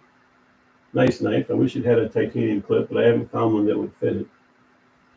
Great knife, good slicer. Still with that almost scimitar belly to it, it'll slip out of cuts. If I keep material back, it won't. But once you get to a certain point, you almost inevitably just slip out. You have to, purposely cut into a cut to keep it from slipping out. But that's just the nature of, knives that have that kind of a belly to them. Petrified fish Loco, which is a great knife. It's actually bigger than I thought it would be, which is good because I like big knives. It's a good work knife. I wouldn't say it's light for a lot of heavy stuff, but depending on what I'm cutting, if I'm doing really heavy duty cuts with it, like full cuts with it, there is a tiny bit of flex. The liners in the handle, they have a little bit of lateral flex to them, which, for knives like that, some of the cuts I do, I would expect. Something like the Concept Predatau, I can do the same cuts and it won't flex. It's just the material is a little bit stiffer, the liners are a little bit better, a little bit thicker. Blade shape, at least the edge is pretty similar. but the Loco has a little bit of flex. And I think it's due to the way the backspacer is, the material of it, and how light in composition the handle material is. It's not a very stiff material. If I took it off, I could flex it, so that adds to it. But it's, if I'm going through really thick cardboard, or if I'm cutting uh, like thick matte rubber and stuff like that, I just pay more attention to the cut while I'm cutting, so I'm not dragging out of the cut. I'm not slipping out of the cut. Here's another good one, and this one I got pretty cheap too. It's a 6-leaf SL24, which is basically Tucson. It's a sister company of Tucson. The designer, I think 6-leaf is that Rattlesnake Designs? But it's the same. I'm almost positive it's the same manufacturer. It's coming out of the same plant. They're just branding it 6-leaf, which is fine, because Tucson and 6-leaf, to me, so far, I've had zero problems. The only real problem I ever had with any Tucson knife is the clip on the TS59, which is, they should have just made that a slip instead of putting the pocket clip on, because the pocket clip is absolutely 100% useless. Even after working on the ramp, even after bending it, it's completely useless. Where the milling is on the handle, so they have area, it's milled in, it's convex, so the clip sits in there. The nose, the ramp of the clip, it's too blunt, and even after, this is actually my second 59. The first one I ruined the clip, but even after milling the front of the clip to put a better ramp on it, because of how close it is to the frame and where that nose sits in that milling, even picking it up my finger wouldn't go in the pocket. Wouldn't even budge to go on the pocket. The clip was ridiculous, and the design of the knife, I haven't had a clip. I even tried modifying a Civivi titanium clip. It wouldn't fit. It was too shallow because of where the mill is out. The pocket for where the clip sits in, it was too shallow, which sucks, because I really like that knife. I really, really like that knife. It's a great knife. It's a great slicer. The clip sucks. So Tucson, if you ever, catch wind of what I'm saying, don't ever make a clip like that ever again. Whoever made that clip, I won't say you should fire him, but you should at least get his pay docked, and you should be put in a room with like 4 guys with whips, so he never makes a clip like that ever again. The 6-leaf is really cool. You don't know until you get it in your hand, but the look of it is why I bought it. I like the look. They have a purple anodized one, and I think they have a standard non-anodized one. I kind of wanted the purple. I got this one because it was available, and I got it ridiculous price. I think I paid, oh God, I paid around $40 for it. And just after getting it, the design of it, the feel, I want to open up the choil a little bit so I can use it as a finger choil. It's too shallow for a finger choil. But other than that, fantastic carry. It goes in and out of the pocket great. Comes out a little bit rough because of the ramp coming out is a little shallow, but I can fix that. It's a great carry. It's a great, great carry.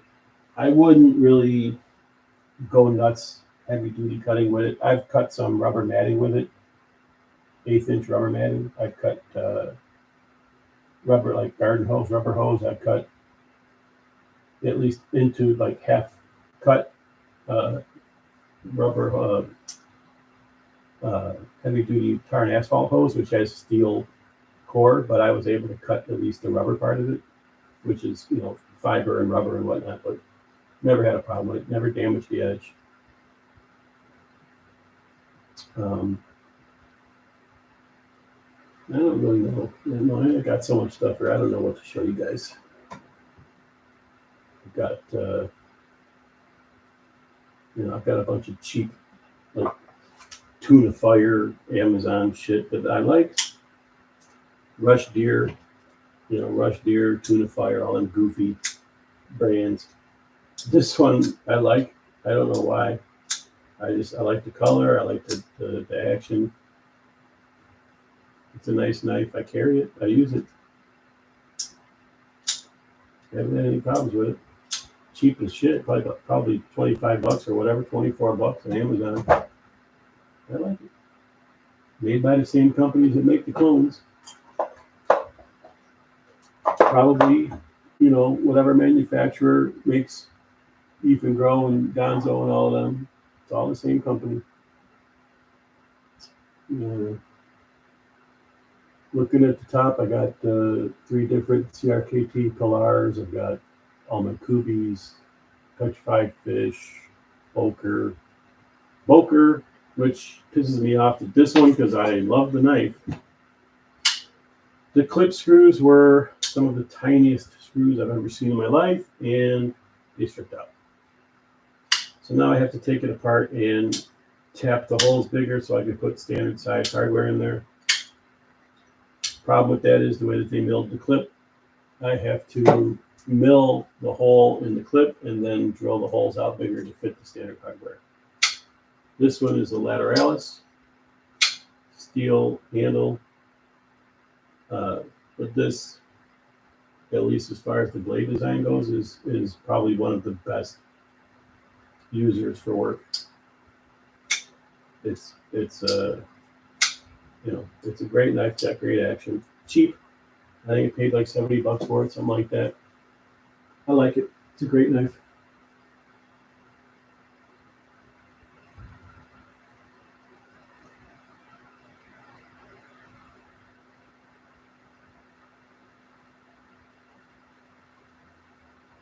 Better proponent.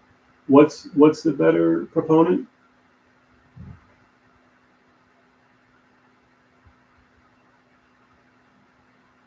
Oh, Kunwu.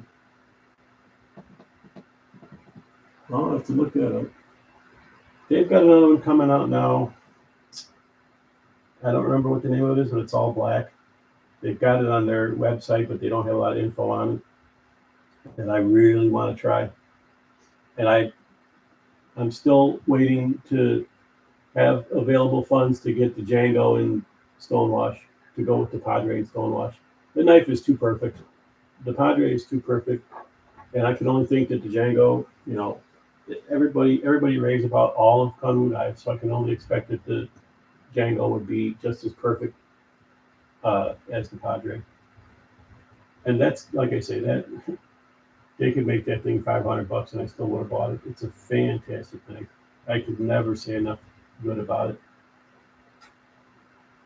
it. Kaiser Sheepdog, which this is my second one. First one was the blue version, which I originally paid like $208, something like that for it back when I bought it. I sold it to a coworker for $200. And probably about 2 or 3 weeks after I sold it to him for $200, I found this one on Amazon for $100. So I bought it. And if I found another one for $102, if I found another one for $102, I would buy it. For $100, there's no way ever in a million years you would pass up that titanium knife for $100. Never. It's for $100. For $200, it's perfect. For $100, it's beyond perfect. And this little mini Vanguard with the camo scales, which I'm not a big camo fan. I like it on this for some reason, but I traded this to someone. I can't remember what I traded for, but I got that, which I like. Little small knife. I carry it, 5th pocket, and I use it. Opening boxes and whatnot.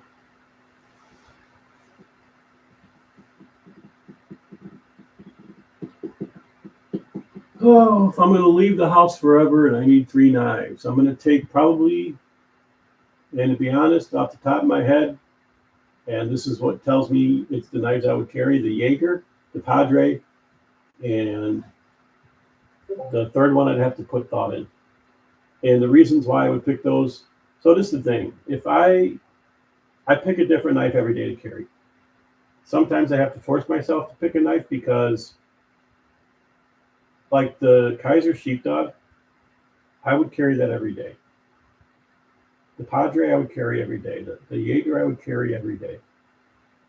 The Bravo I would carry every day. There's certain knives that I have here that I would carry every day if I didn't have any other knives. The 6-leaf I would carry every day. A couple of Tucsons I would carry every day. Most everything else, I don't care if I carry it, once a year, twice a year. I don't care. There's certain knives that when I get up in the morning, those are the knives I want to touch. The Padre and the Jaeger are the two. No matter what I do, anytime I sit down to cut paper on the floor, those are the first two I grab. I wake up in the morning, those are the first. The Padre is the first knife I think about no matter what. I don't want that knife to leave my hands. The Jaeger, when I got it, I wasn't too keen on having a non-flipper, but I 100% do not miss that knife, not having a flipper. The finger flick is perfect. It's a great knife. If it was a little bit bigger, and I say a little bit, I wouldn't expect to be ridiculous size, but if this was overall an inch longer, it would be one of the hardest knives to put down. It's hard to put down now. There's days that I fight myself. The Padre, and everything else, I have to physically fight myself not to put that or the Padre in my pocket. Same thing with the Bravo. Those three in particular, that would probably be the three, to be honest. I said before that the Bravo feels like a clone, just the way, the design of it, how it feels, the weight of it. But I would not hesitate, knowing how it's built, having it, taking it apart, and knowing how it's built, how thick the pivot is, how good the stop pin is, how nice the blade is, how good the blade is for cutting, and what it'll cut. It's a strong fucking knife, and I wouldn't worry about taking it out in the field and beating the shit out of it. The Padre I wouldn't worry about beating up because it would be hard to destroy the finish, and how it fits in the hand and how it slices and the blade shape and what you can do with it. It's impossible not to use it to cut. Like, you put it in your hand, you want to cut everything that you got in front of you, paper, plastic, cardboard, whatever. You just want to touch the knife to something.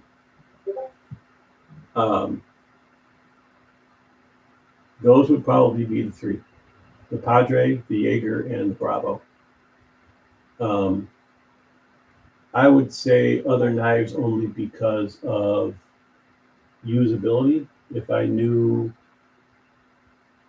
like the Sheepdog and the Sheepdog XL, I would do, because you could beat the crap out of those.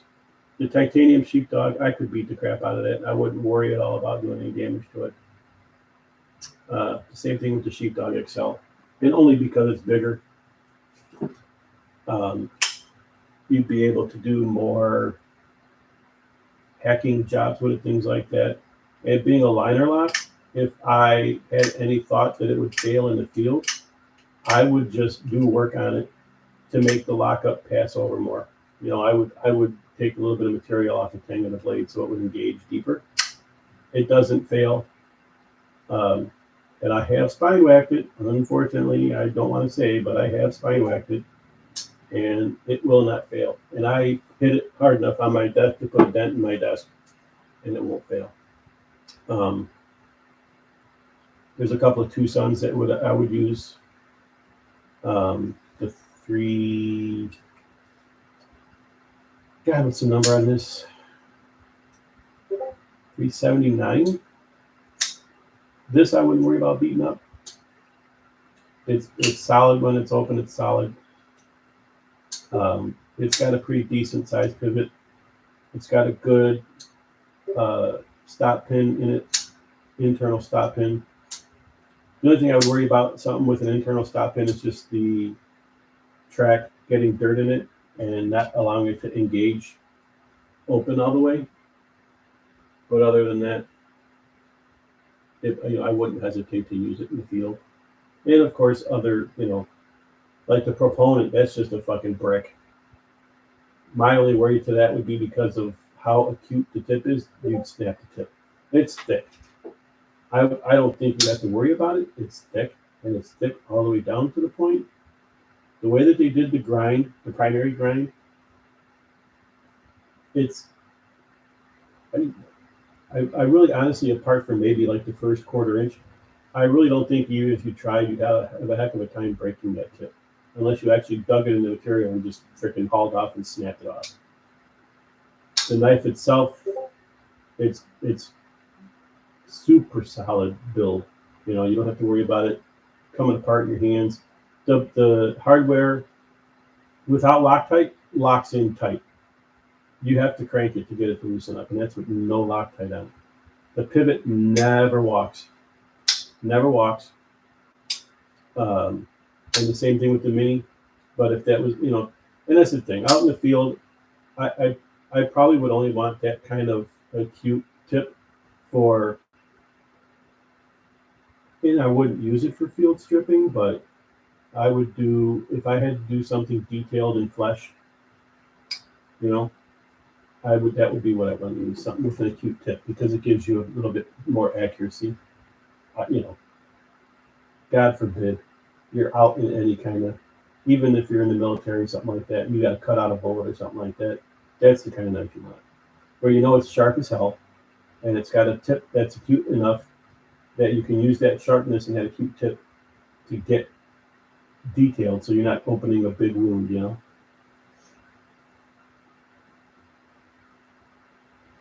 Pizza, thanks for hanging out. I hope I could have entertained you for a little while. I know I'm no substitute for Tri-State, but I hope I at least entertained some people for a little while. Best Tech Exploit, which I like. I had the Shodan, I sold it. Tried selling this, but nobody wanted it. It's got a hell of a scratch in the blade, but it takes the right light and the right angle to see it. Other than that, it's in great shape. Got a little bit of a soft detent, but I like it. I carry it. I don't like the thin blade at the tip. It seems like it would be more susceptible to break. So when I'm carrying it, I take care not to just haul off and chisel into stuff and whatnot. But I've used it to cut strapping, and I have cut some wire with it. Hasn't caused any damage to the blade. The blade is pretty good. I think it's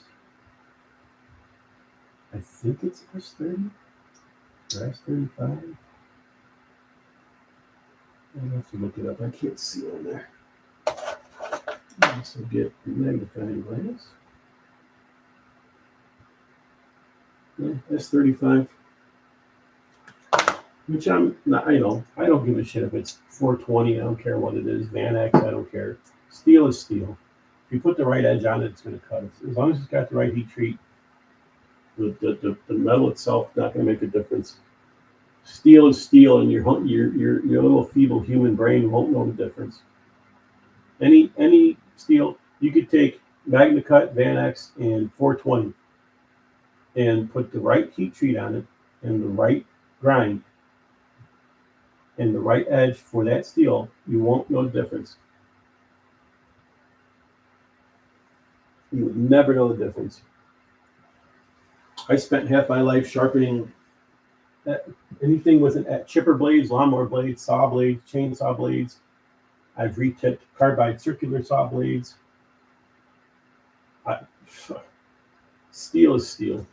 If it's done right, and you guys know that, if you get what you would consider a good quality steel, a super steel, and it's got a shit heat treat, it's going to suck. You could get 440, and it could be the most perfect heat treat, which never happens, but it could be the perfect heat treat for that blank, and you put the right kind of grind, a good quality flat grind with a good edge, your brain won't know the difference. Especially when you're cutting the same shit day after day, your brain doesn't know the difference. The only difference is the profile of the blade, how it slices through material. Other than that, if you have the proper heat treat, anything's going to be good.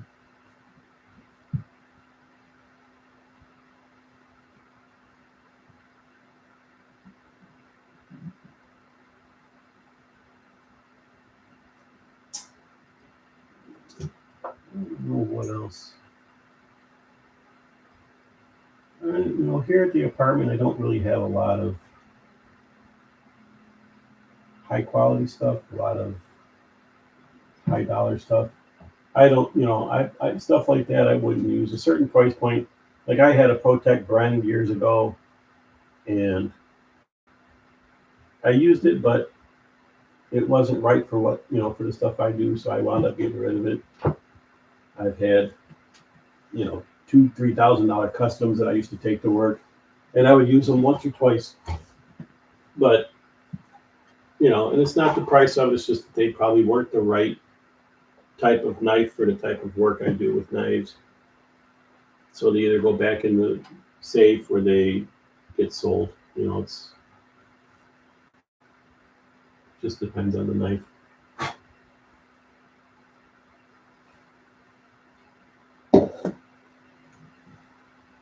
Trying to think if there's any other oddball stuff. There really isn't. I mean, I got a couple of. This is a clone of Custom Knife Factory Decepticon 5, I think, which is, it's a clone. It's not nothing spectacular. The funny thing about this one is, this is one of those kind of knives that no matter what you do, I could tighten the pivot down like crazy tight to where it's gritting the bearings, and it's still smooth as hell. And it's got good sized bearings in it. But it's funny, you pay $30 for something and it runs like that. It's just crazy.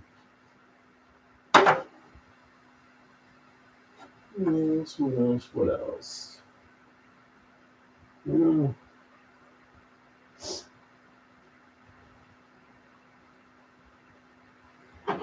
This one, the Gungnir, which is another one that's pretty much a hammer when it comes down. As long as I keep the bearings clean. This one, for some reason, is really susceptible to dirty bearings. You get a little bit of gunk in there, and the knife acts like a completely different knife. The action just goes into the floor. I took it apart and cleaned it like 2 weeks ago, and I've only had it to work once after that. But it's, crazy smooth. It's got good bearings in it. It just has this weird ability to collect dirt and shit in them, which I don't know why. It's the nature of the beast, I guess.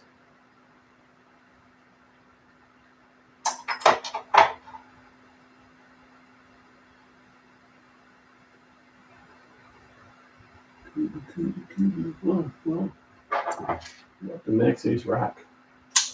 That's another weird one with the upswept blade, the almost scimitar blade, and the way the overall shape is, it feels like a scimitar. But it's a friggin' razor beam. It's so sharp. It holds an edge so good. It slices so good. It's just such a nice knife too. It's so beautiful. Max Ace makes some good stuff, man. They really do. I want that new Mamba, whatever it is that they got. I want that Goliath with the SLD Magic Blade. I mean, some of their stuff, like the stuff that Doom has, that's beyond me. Even to me, some of those are just like the District 9 knives and stuff like that. That's getting out there. That's getting to the point where, that's not a work knife. It's probably built to be a work knife, but it's not a work knife. You got 18 million different parts on it, and it just seems too unwieldy to carry for routine tasks at work, especially when you know for a fact people are going to stare at you thinking you're a nutcase for carrying something like that. I would carry them, but still, you'd be thinking in the back of your head, yeah, that's a little odd.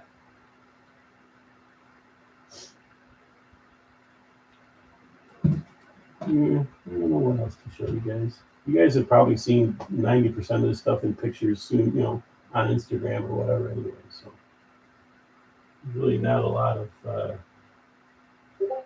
of surprise to what I have. And this one is an odd one. Traxler, Sencut Traxler. Nice knife, good slicer, good blade, nice grind, flat grind. It's like I kind of think of like the Norseman kind of, and I don't know why, but like that whole weird like horse cock look to it, But it's a fun knife. It's a good knife. This one actually, honestly, this one should be shorter. This should be shorter. If it was a little bit like if it was Jaeger size, if it was the size of a Jaeger, 100% perfect knife. That with a flicking hole, the same length as the Jaeger, perfect knife. 50, 60 bucks, whatever it was. You could use this thing all day long. Great knife. Got a little skull dude on it. I actually keep forgetting I have this one.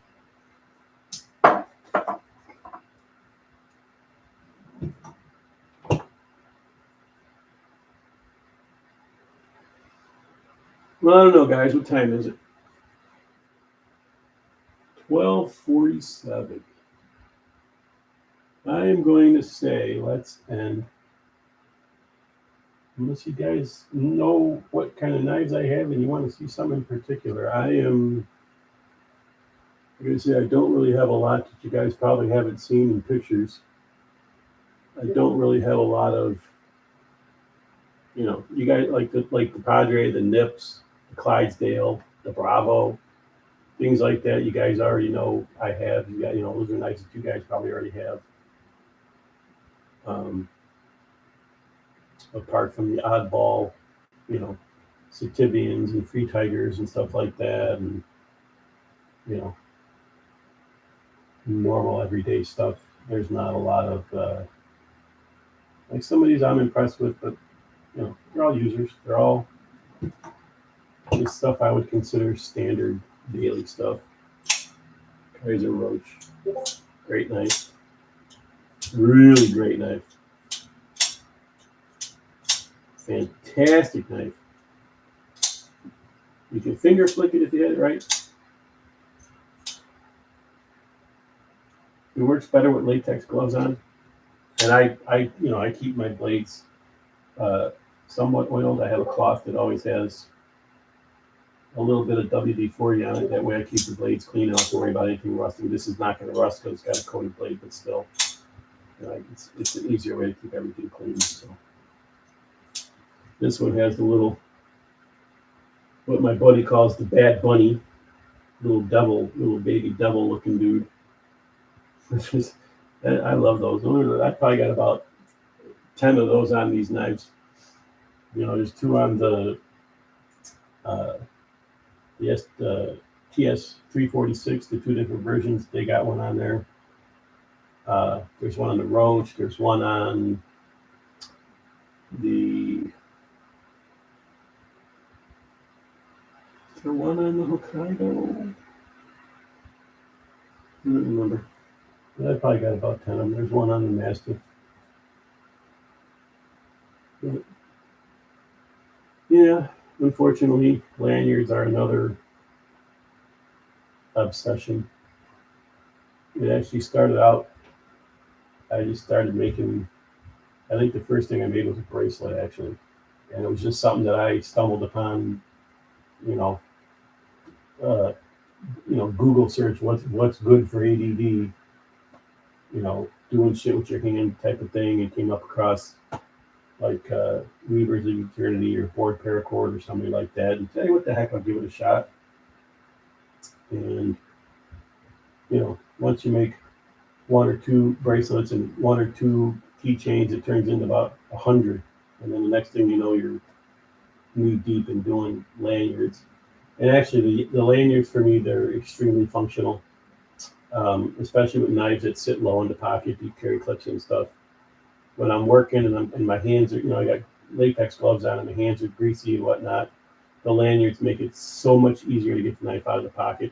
And, pulling a knife with a lanyard, when I pull it out of the pocket, I can pull it enough that when I pull it, I can let the knife like jump into my hand and get into position.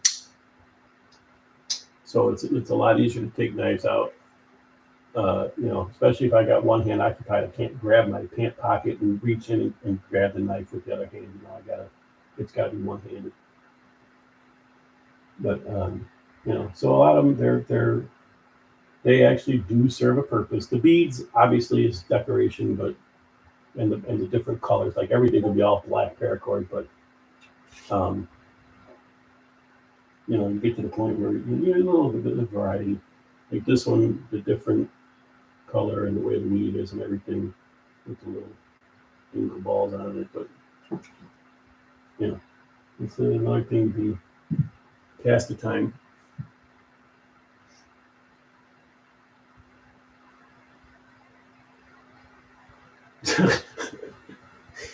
Yeah, I could see where getting your beard hair plucked out would be a little annoying. I know when I do stuff at work, and like if I got the stubble and something will grab, if I'm leaned into a machine or something grabs the hair and yanks a little patch of that shit hurts, man. That's like getting smacked in the face when it's really cold out. It don't matter who you are, that shit hurts. That's enough to make you want to cry sometimes, that shit, boy. And when it's a surprise too, like if you were laying in the machine and went to move to do something and grabbed your hair and then you got that damn painful pinch and rip the hair, man, that shit hurts, man. I can't stand that.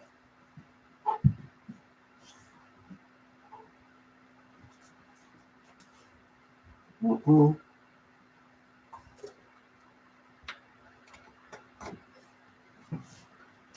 Uh-oh. Did I lose you guys? I accidentally tripped on the cord, getting my lazy old ass off the floor. All right, let's see where we're at here. You guys are going to get a weird angle here for a minute. We got to rearrange it here. But I think we're going to probably end in a minute. I'm sure I've bored you guys long enough.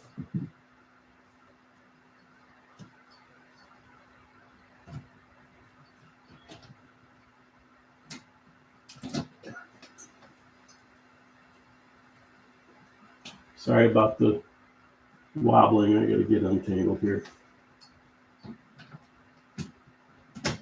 One of the fun parts of having gear is dealing with the gear. It's a pain in the ass.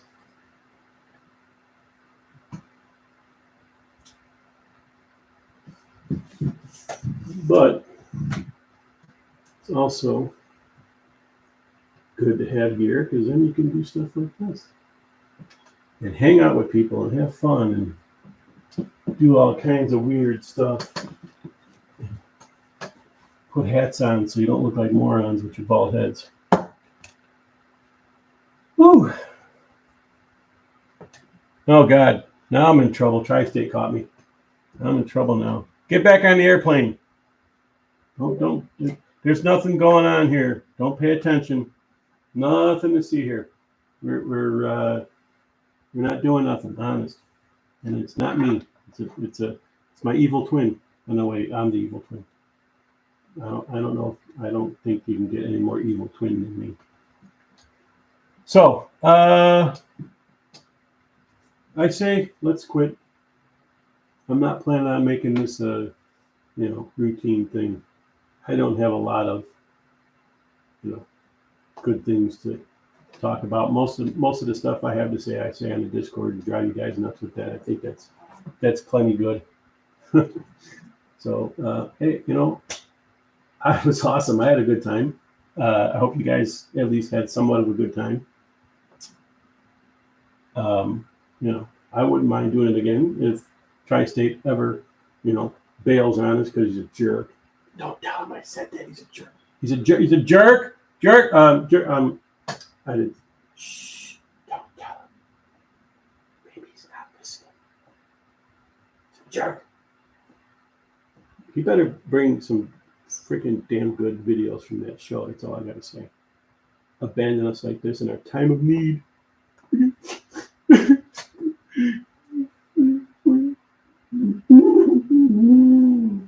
Okay. All right, guys. I'm gonna end. Thank you for hanging out. You guys have an awesome weekend.